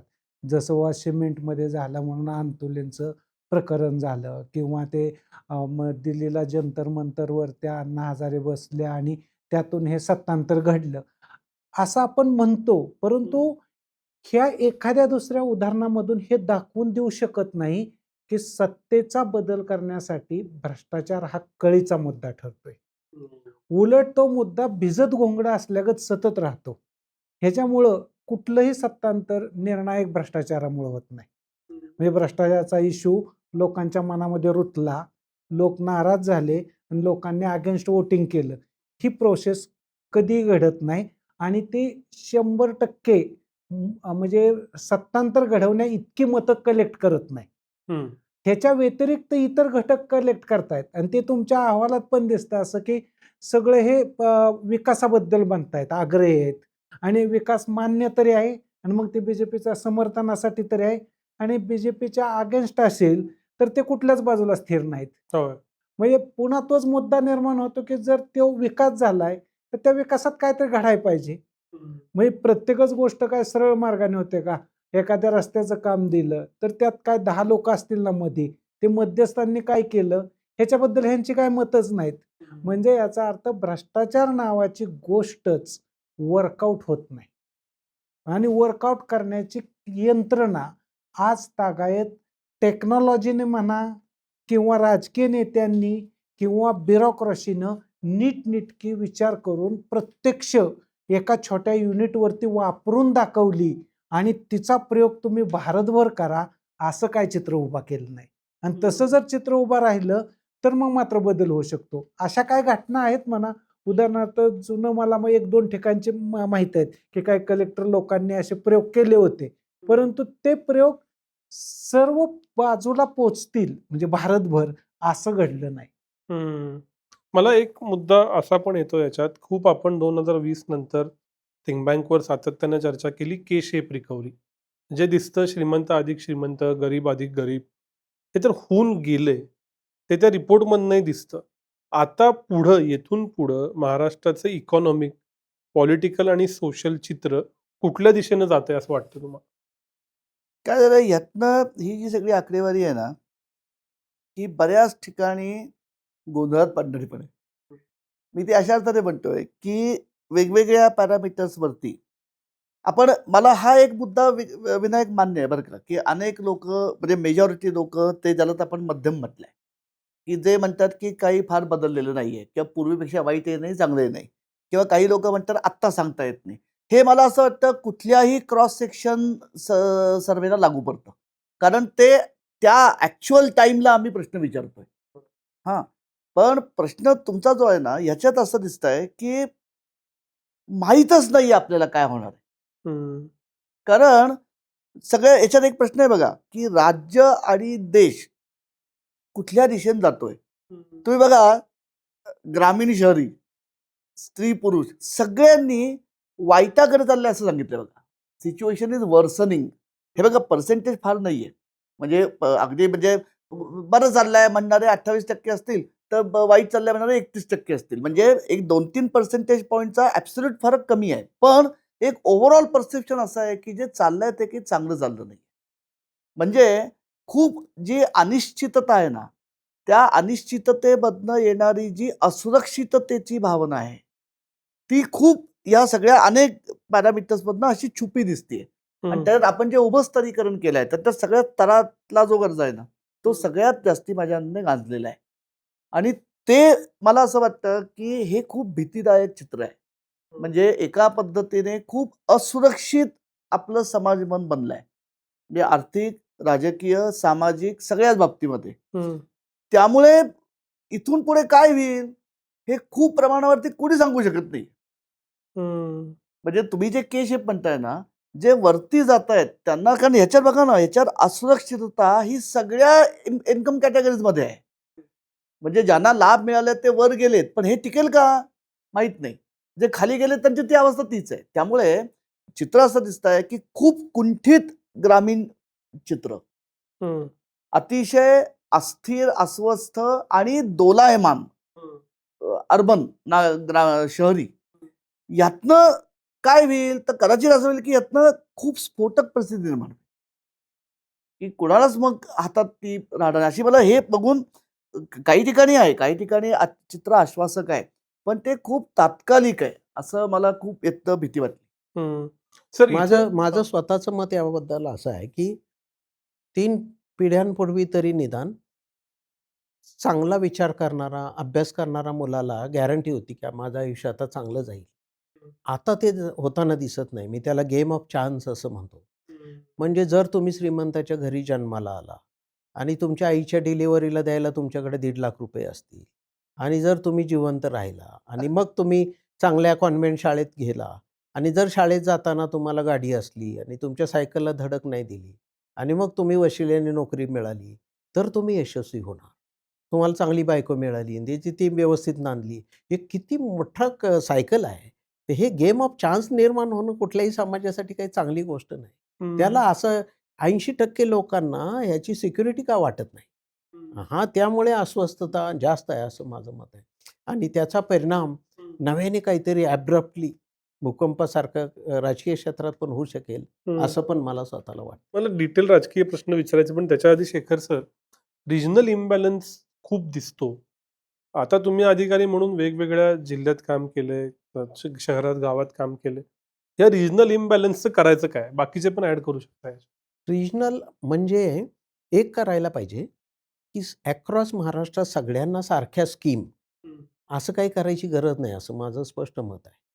उदाहरणार्थ, इस्रायल असं म्हणतं, की इस्रायलने एक राष्ट्रीय पॉलिसी बनवली, की आम्ही फ्लड इरिगेशननी एका प्लॉटला जरी तुम्ही पाणी सोडलं ना, 1 तासाच्या आत अटक होते त्याला. आणि त्यांची ती राष्ट्रीय पॉलिसी आहे. कारण समुद्राचं पाणी प्रोसेस करतात आणि सगळं ड्रिपवर फ्रूट क्रॉप्स वापरतात. तर ते करताना त्यांनी एक राष्ट्रीय पॉलिसी केली आहे. बरोबर आहे ना? असं आम्ही का नाही करू शकलो, की मराठवाड्यासाठी थोडं वेगळं धोरण राबवायला पाहिजे. विदर्भात लँड होल्डिंग जास्त आहे, तिथे वेगळं केलं पाहिजे. गोसीखुर्दसारख्या प्रकल्पात एवढं मोठं इरिगेशनचं पोटेन्शियल आहे. मग तिकडे आम्हाला ऊस लागवड वाढवता येईल का? जिथे शक्य आहे, पोटेन्शियल आहे, काळी जमीन आहे, सगळंच रिसोर्सफुल आहे. तर आम्हाला असं म्हणजे मला असं वाटतंय रिजन विथिन रिजन त्याच्या आतमध्ये असं वेगवेगळं डिफरन्शियल ट्रीटमेंट देणाऱ्या योजना आणता येणं शक्य आहे, फार इझिली शक्य आहे आणि ते करायला पाहिजे असं माझं मत आहे. सर मला 2 गोष्टी राजकीय बाबतीत विचारायच्या आहेत. तुम्ही सविस्तर उत्तर द्या. जितकं आर्थिक लाभ किंवा प्रशासकीय कॉन्फिडन्स जास्त, ती लोकं थेट भाजपकडे झुकलेली दिसतात. ती कोरिलेट करतात. पीएम रेटिंग चांगलं, सीएम रेटिंग चांगलं. इतकंच काय तर व्होट कन्फर्मिटी म्हणजे आत्ता तुम्ही भाजप म्हणताय 29ला म्हणाल का? ते दिसतं. हे सगळे असे स्ट्रेट लाईनमध्ये पॅरामीटर दिसतात. या उलट ज्यांना आवडत नाही, ज्यांची आर्थिक वाढ झालेली नाही, प्रशासनावर नाराजी आहे, त्यांची मात्र व्होट कन्फर्मिटी वीक आहे आणि ते एकाच विरोधी पक्षाकडे म्हणजे काँग्रेसकडे नाहीत. प्रिडॉमिनंटली त्याचे छोटे-छोटे पक्ष तर कमीच होत गेले. या स्थितीकडे कसं बघायचं? मला असं वाटतं की ही तुम्ही जी सिच्युएशन सांगताय ते समाज आणि त्या समाजात उभ्या राहणाऱ्या पार्ट्या यांच्या रिलेशनशिपबद्दलचा आहे. यातला एक भाग असा आहे की काँग्रेस ही त्यांचं प्रतिनिधित्वच करत नाही. म्हणजे जी लोक BJPवर नाराज आहेत किंवा ज्या लोकांना मग असं विकास होईल असं वाटत नाही, त्यांच्याशी कोरिलेट काँग्रेस नाहीच. काँग्रेसच्या तोंडातून हा शब्द सुद्धा बाहेर पडत नाही. काँग्रेस काय बोलती तर मी किती महान आहे आणि माझे मला किती फॉलोअर्स होते आणि मी किती चांगले निर्णय घेतलेत. ह्या एका इतिहासातच ती खूप दडलेली आहे पार्टी अजूनही. तिला ग्राउंड बेसवरती यायला खूप वेळ लागणार आहे. म्हणजे तिचं त्या चिखलातून बाहेर येणं हे इतके 3 निवडणुका झाल्यात पण झालेलं नाही. आणि त्याच्यामुळं तर त्यांचे मोठे मोठे नेते सुद्धा ह्या निवडणुकीमध्ये सहजासहजी पराभूत झालेले आहेत. म्हणजे तुम्ही अगदी नावं घेऊन सांगायचं तर पृथ्वीराज चव्हाण असू द्या नाहीतर संगमनेरचे थोरात असू द्यात. ते जुन्या कल्पनांमध्ये आहेत, ह्या लोकांच्या प्रश्नाशी कोरिलेट होत नाहीत. आता राहिला तुमचा BJPशी संबंधित लोकांचा प्रश्न. BJPशी संबंधित जे लोक आहेत ते लोक कन्फर्म BJPकडे आहेत हे जे म्हणतात ह्याच्यामध्ये मला एक थोडी शंका येते. ते कुठल्या अर्थाने ते प्रशासनावरती बिलीव्ह करतायत पण हे संधी साधू आहेत. कारण प्रशासनाकडून यांना मान्यता पाहिजे, प्रशासनाच्या मदतीने यांनी काहीतरी उद्योग व्यवसाय उभे केलेले आहेत किंवा यांचं इकॉनॉमिक प्रगतीची सूत्र तिथं रडलेली आहेत आणि ते प्रशासन कुणाच्या संमतीनं मान्यता देणार आहे तर ते स्टेटच्या मदतीनं देणार आहे. राईट. त्याच्यामुळं तो जो गट्टा आहे तो जो सांगतो 29ला आम्ही कन्फर्म BJPला देऊ, ह्याच्यामध्ये त्यांचं पॉलिटिक्स आहे की माझ्या आत्ताच्या निर्णयावरती काय परिणाम होता कामा नये. म्हणजे मी सुरक्षित राहिलो पाहिजे हे त्यांचं गणित आहे एका अर्थाने. अजून ह्याच्यामध्ये एक गणित दडलेलं आहे ते कोणतं, जरी तुम्ही आयडियोलॉजिकली त्यात म्हटलात 13 का 14च्या आसपासचं आलेलं आहे काय ते आणि नेतृत्व म्हणाला, ते दोन्ही गोष्टी जुळत नाहीत माझं म्हणणं आहे. आयडियोलॉजी कुणाला आहे आज? म्हणजे तुम्ही चांगल्यात चांगला ज्याला असं म्हणा की डावे हे खूप तत्वनिष्ठ होते, कुठल्या 2 डाव्यांचं जुळलंय आजपर्यंत? आणि आता सुद्धा तुम्ही 2 डावे घेतले, डावे म्हणजे डावेच म्हणू नका, परिवर्तनवादी म्हणा, तर त्यांचं इकॉनॉमिक पॉलिसीवरती एकमत नाही, त्यांचं BJP बद्दल एकमत नाही, त्यांचं उद्धव ठाकरेंबद्दल एकमत नाही. मग ते कुठल्या प्रकारचे विचार प्रणालीवाले आहेत? म्हणजे त्यांनी सांगावं तर की आम्ही कुठल्या विचार प्रणालीचे आहोत. इकडं तुम्ही गेला हिंदुत्ववाद्यांकडे, त्यांच्यामध्ये सुद्धा हिंदुत्वावर एकमत नाही. कारण तुमच्या धर्म नावाच्या घटकामध्ये सुद्धा तो डाऊन झालेला आहे एकदम. म्हणजे याचा अर्थ धर्माच्या आधारे आयडियोलॉजी सुद्धा प्रत्यक्ष इकॉनॉमीमध्ये काम करत नाही. ती काम कुठं करते तर सर्व्हिस सेक्टरमध्ये माझं नुकसान नाही झालं पाहिजे, माझं ॲग्रिकल्चर मधल्या योजनांमध्ये तोटा नाही झाला पाहिजे, इंडस्ट्रीला काय सेवा सुविधा स्टेट पुरवत असेल तर तिथं तोटा नाही झाला पाहिजे, किंवा एखाद्या इन्फ्रास्ट्रक्चरमध्ये मला ती योजना मिळाली पाहिजे. या पद्धतीची त्यांची एक विकास आधारित आयडियोलॉजी आहे. आणि तो विकास कोणाचा आहे? पुन्हा स्टेटचा आहे, केंद्राचा आहे किंवा आम जनतेचा आहे? मला हे कुठंच दिसत नाही. हा विकास त्या फक्त पर्सनचा दिसतो. म्हणून उदाहरण दाखल तुम्ही कुठल्याही, आपण इथं बसलो, इथून मुंबईकडे जा, इथून कोल्हापूरला जा किंवा सोलापूरला किंवा दिल्लीला, ज्या प्रत्येक बाजूला रस्ता बनेल त्याचा एक प्रत्येक कॉन्ट्रॅक्टदार आहे आणि तोच तिथला मालक आणि त्याचा विकास म्हणजेच विकास. आणि तो फक्त एका स्वरात म्हणतोय की मी BJPशी 29 ती कमिटेड आहे. पण गृहीत धरा, जर हा जेनजे नावाचा एक नवा वर्ग पुढे आला आणि प्रचंड त्याने उलतापालत करायची ठरवली आणि BJPच अडचणीत येते म्हटलं, तर ह्यांनी उत्तर दिलेले लोक BJPच्या पाठीमागे कन्फर्म थांबतील का? ह्याचं उत्तर देताच येत नाही कुठल्या बाजूने. हे पटदिशी म्हणजे नाव बुडणार आहे आणि आपण ह्याच्यावर उडी मारली पाहिजे असा निर्णय घ्यायला बसलेले लोक आहेत. म्हणून हे उत्तर देतात, हे पॉलिटिकल उत्तर आहे. हे उत्तर आयडिओलॉजीशी बांधील, भाजपशी बांधील आणि नेत्याशी बांधील सुद्धा नाही. त्यातल्या त्यात फक्त नेत्याशी बांधील कोणाशी आहे? मला असं दिसतं की ते नरेंद्र मोदींशी बांधील असं थोडंसं चित्र आलेलं आहे. ते ओबीसी मुळे आणि विकासाच्या मॉडेलमुळे, ते हिंदुत्वाच्या मॉडेलमुळे पण दिसायला तयार नाही. कारण विकास म्हणजे माझा विकास होतोय तेव्हा मी मोदींमध्ये पाहतोय. आणि दुसरा मुद्दा जो मोदींमध्ये मी पाहतोय ते इथं भला मोठा एक ओबीसी वर्ग आहे. आजपर्यंत त्यांना सत्ताच मिळली नव्हती. तो सिम्बॉल दिसतोय मोदींमधला त्यांना. त्याच्यामुळं ती जी टक्केवारी तुम्हाला दिसते 14-2-28च्या आसपास जाताना ते त्याच्यामुळं जाते. परंतु तेच एकदा सूत्र बिघडलं की सगळं सूत्र उलटं पालटं होणार. शेवटच्या प्रश्नाआधीचा प्रश्न तिघांनाही कुणी सुरुवात करा. लाडकी बहीण योजनेचा थेट फायदा सत्ताधाऱ्यांना झाला असं क्लिअर कट सर्वेत दिसतं. ही नवीन रियालिटी आहे का? आपण ऑफिशियली युनिव्हर्सल बेसिक इन्कमकडे गेलोय का? आणि तसं असेल तर त्याचे राजकारण, प्रशासन, समाज आणि आर्थिक काय परिणाम? मी त्या प्रश्नाकडे जायच्या आधी थोडा हा डिलेड रिस्पॉन्स आहे. मगाचा तुमचा जो प्रश्न विभागीय असमतोलाचा होता त्याच्यात हो. 2 मिनिटं बोलू हो. का? काय झालंय, महाराष्ट्र हे त्या बाबतीमध्ये मला असं वाटतं खूप प्रयोगशील राज्य राहिलेलं आहे. म्हणजे पहिल्यांदी 60 मध्ये जिल्हा परिषदांचा आपण कायदा आणला आणि राजकीय सत्तेच्या विकेंद्रीकरणाला चालना दिली. म्हणजे स्थानिक प्रश्नांचं स्वरूप, स्थानिक साधन सुविधा आणि विकासाच्या स्थानिक अपेक्षा यांचा जर मेळ घालायचा असेल तर विकेंद्रीकरण आवश्यक आहे. हा 60 मध्ये आपला पहिल्यांदा तो झाला प्रयोग. त्याच्यानंतर 82 मध्ये भीमा दांडेकरांच्या अध्यक्षतेखाली समिती नेमली गेली.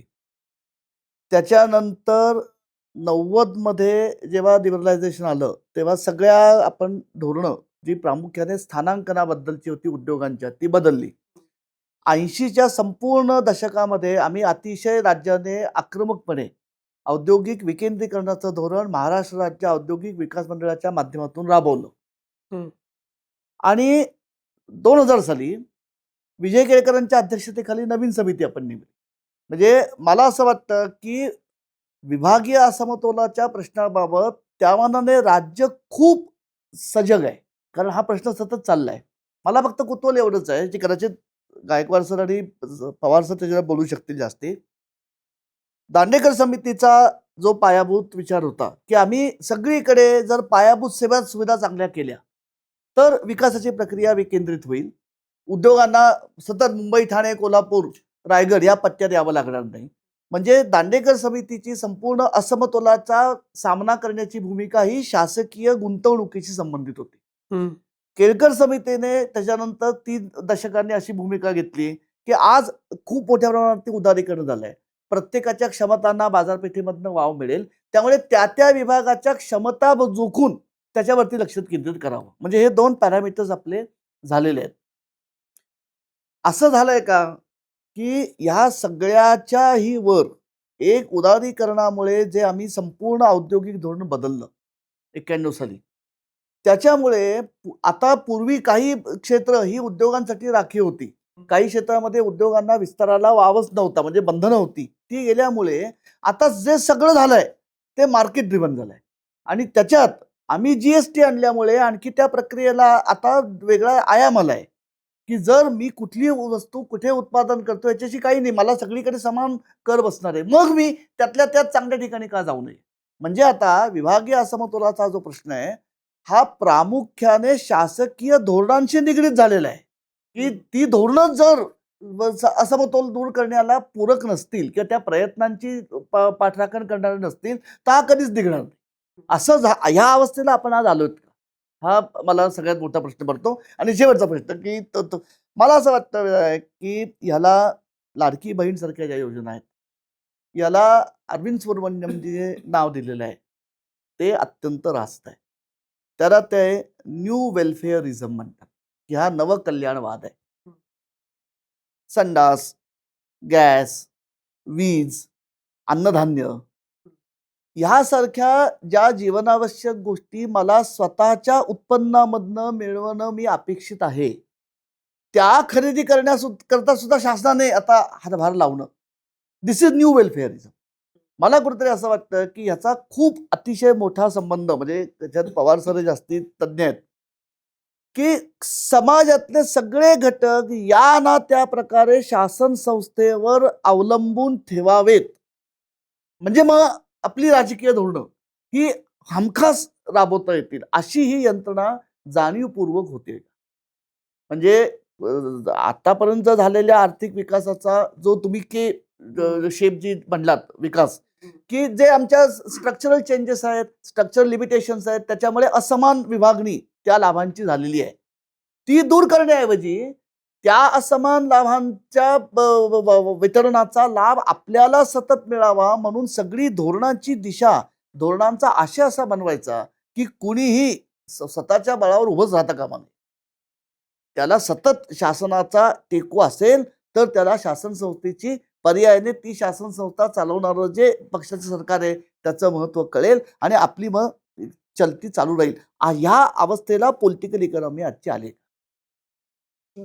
एक म्हणजे फार पूर्वी असं म्हणलं की राजा म्हणजे कोण, तर ज्याची एक षष्ठांश वृत्ती म्हणजे राजा. म्हणजे त्याचा जगण्यामध्ये तुमचा हस्तक्षेप किती असावा, साधारण 16.5% आसपास येतो. आणि मग त्याच्याच संदर्भात आधुनिक वचन पण आहे की जे गव्हर्नमेंट कमीत कमी हस्तक्षेप करतं जगण्यामध्ये ते सगळ्यात चांगलं गव्हर्नमेंट. आता आपल्याला उलटं चित्र दिसतं. आता अभयजी जसं म्हणाले तसं प्रत्येक गोष्टीवर तो सरकारवर अवलंबून राहायला पाहिजे म्हणजे गव्हर्नमेंट चांगलं. एकेकाळी दाक्षिणात्य राज्य सायकल वाटत होते, कलर टी व्ही वाटत होते, black and white T V वाटत होते, राईस 2 रुपयांनी वाटत होते आणि आपण त्या राज्यांना नावं ठेवत होतो. आता आपण तेच फॉलो केलं आहे.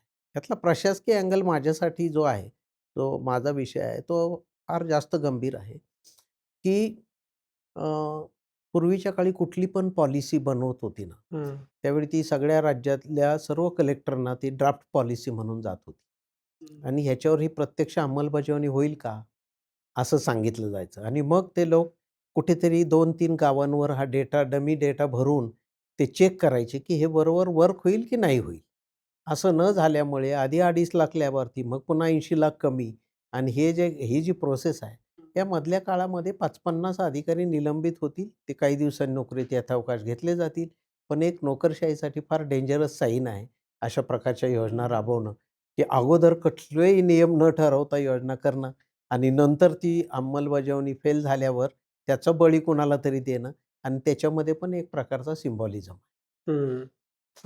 मला असं वाटतं बरं का की ह्याला पॉलिटिक्स म्हणता येणार नाही.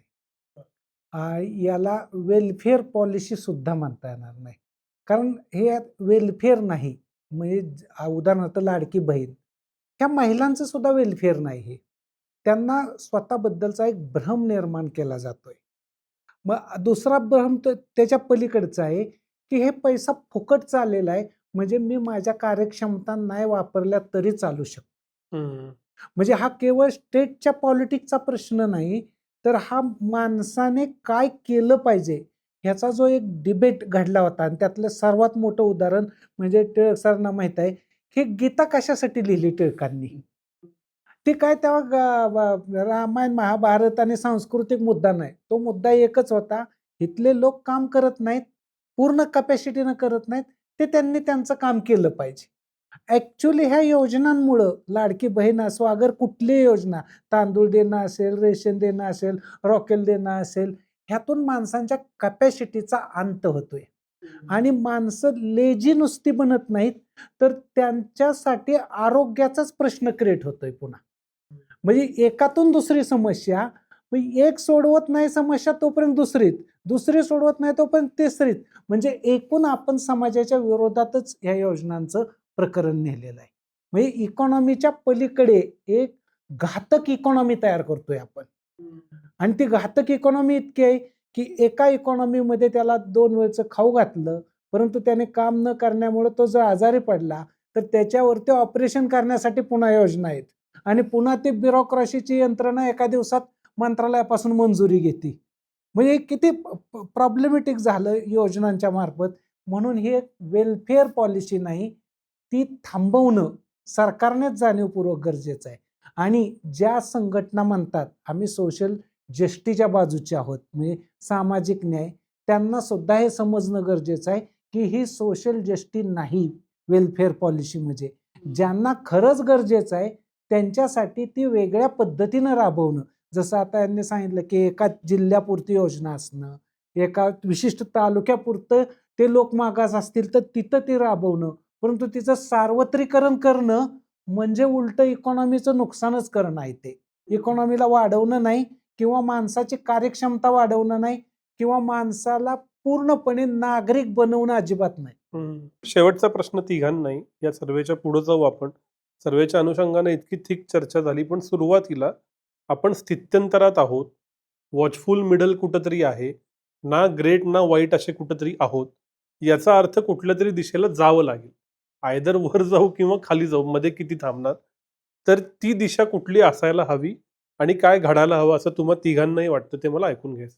मला विचाराल तर मी असं म्हणेल की महाराष्ट्र राज्याची भौगोलिक रचना आणि राष्ट्रीय हित या दोघांना डोळ्यापुढे ठेवून राज्यांनी स्वतःचं एक स्वतंत्र धोरण आखलं पाहिजे.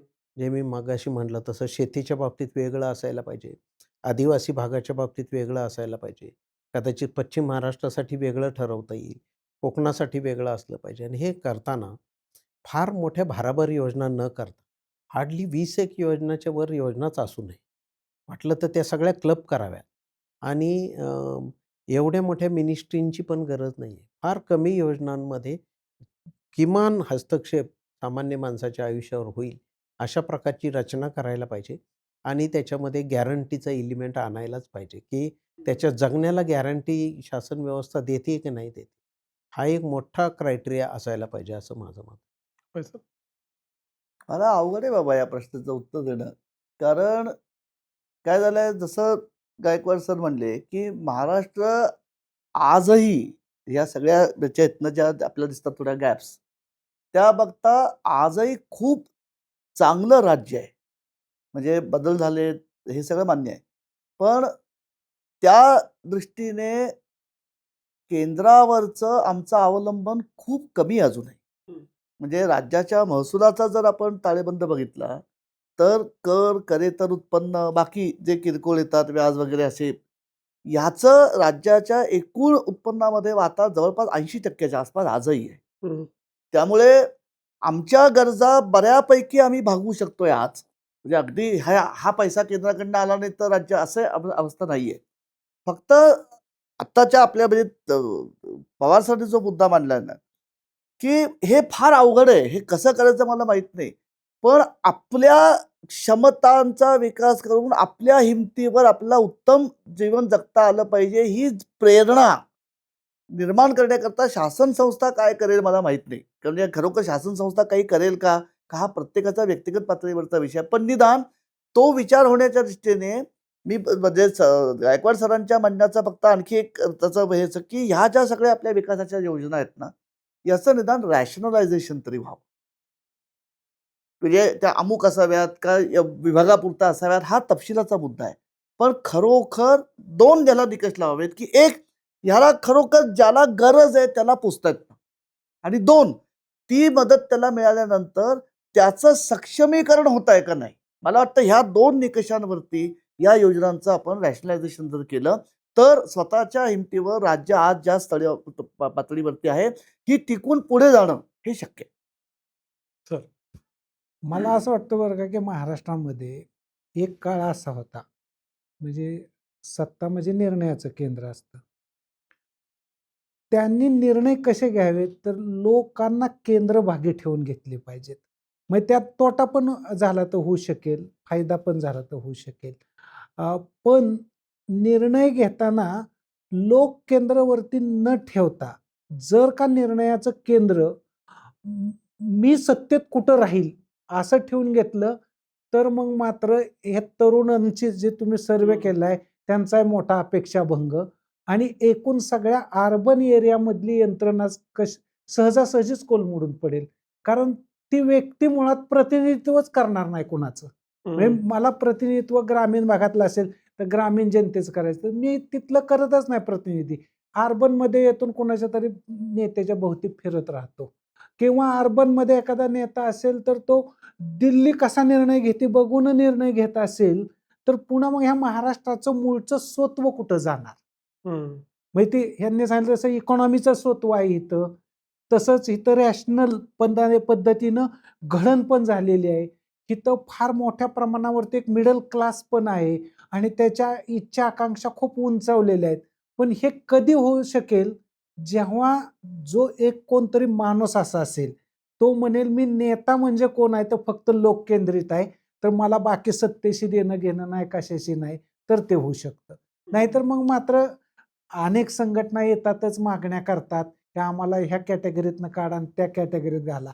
हे काही निर्णय होऊ शकत नाही किंवा एखाद्या योजनेवरचे पैसे इकडचे कमी करा आणि तिकडे एक महामंडळ काढा. तर ह्याला पण निर्णय मानता येऊ शकत नाही. निर्णयाचा अर्थच वेगळा आहे. ते लोक नावाची कल्पना डिफाईन करणे आणि ही खूप दिवसापासून आपल्याकडे प्रोसेस होती. ती विसरली गेली असं मला वाटतं. तुम्हा तिघांचे खूप खूप आभार. थिंक एमएचच्या निमित्तानं महाराष्ट्राबद्दल एवढा थिक विचार करता आला आणि तुम्ही तिघा दिग्गजांनी एकत्र वेळ दिलात. मला खात्री आहे की लोकांना खूप याच्यातनं विचार करायला प्रवृत्त होता येईल.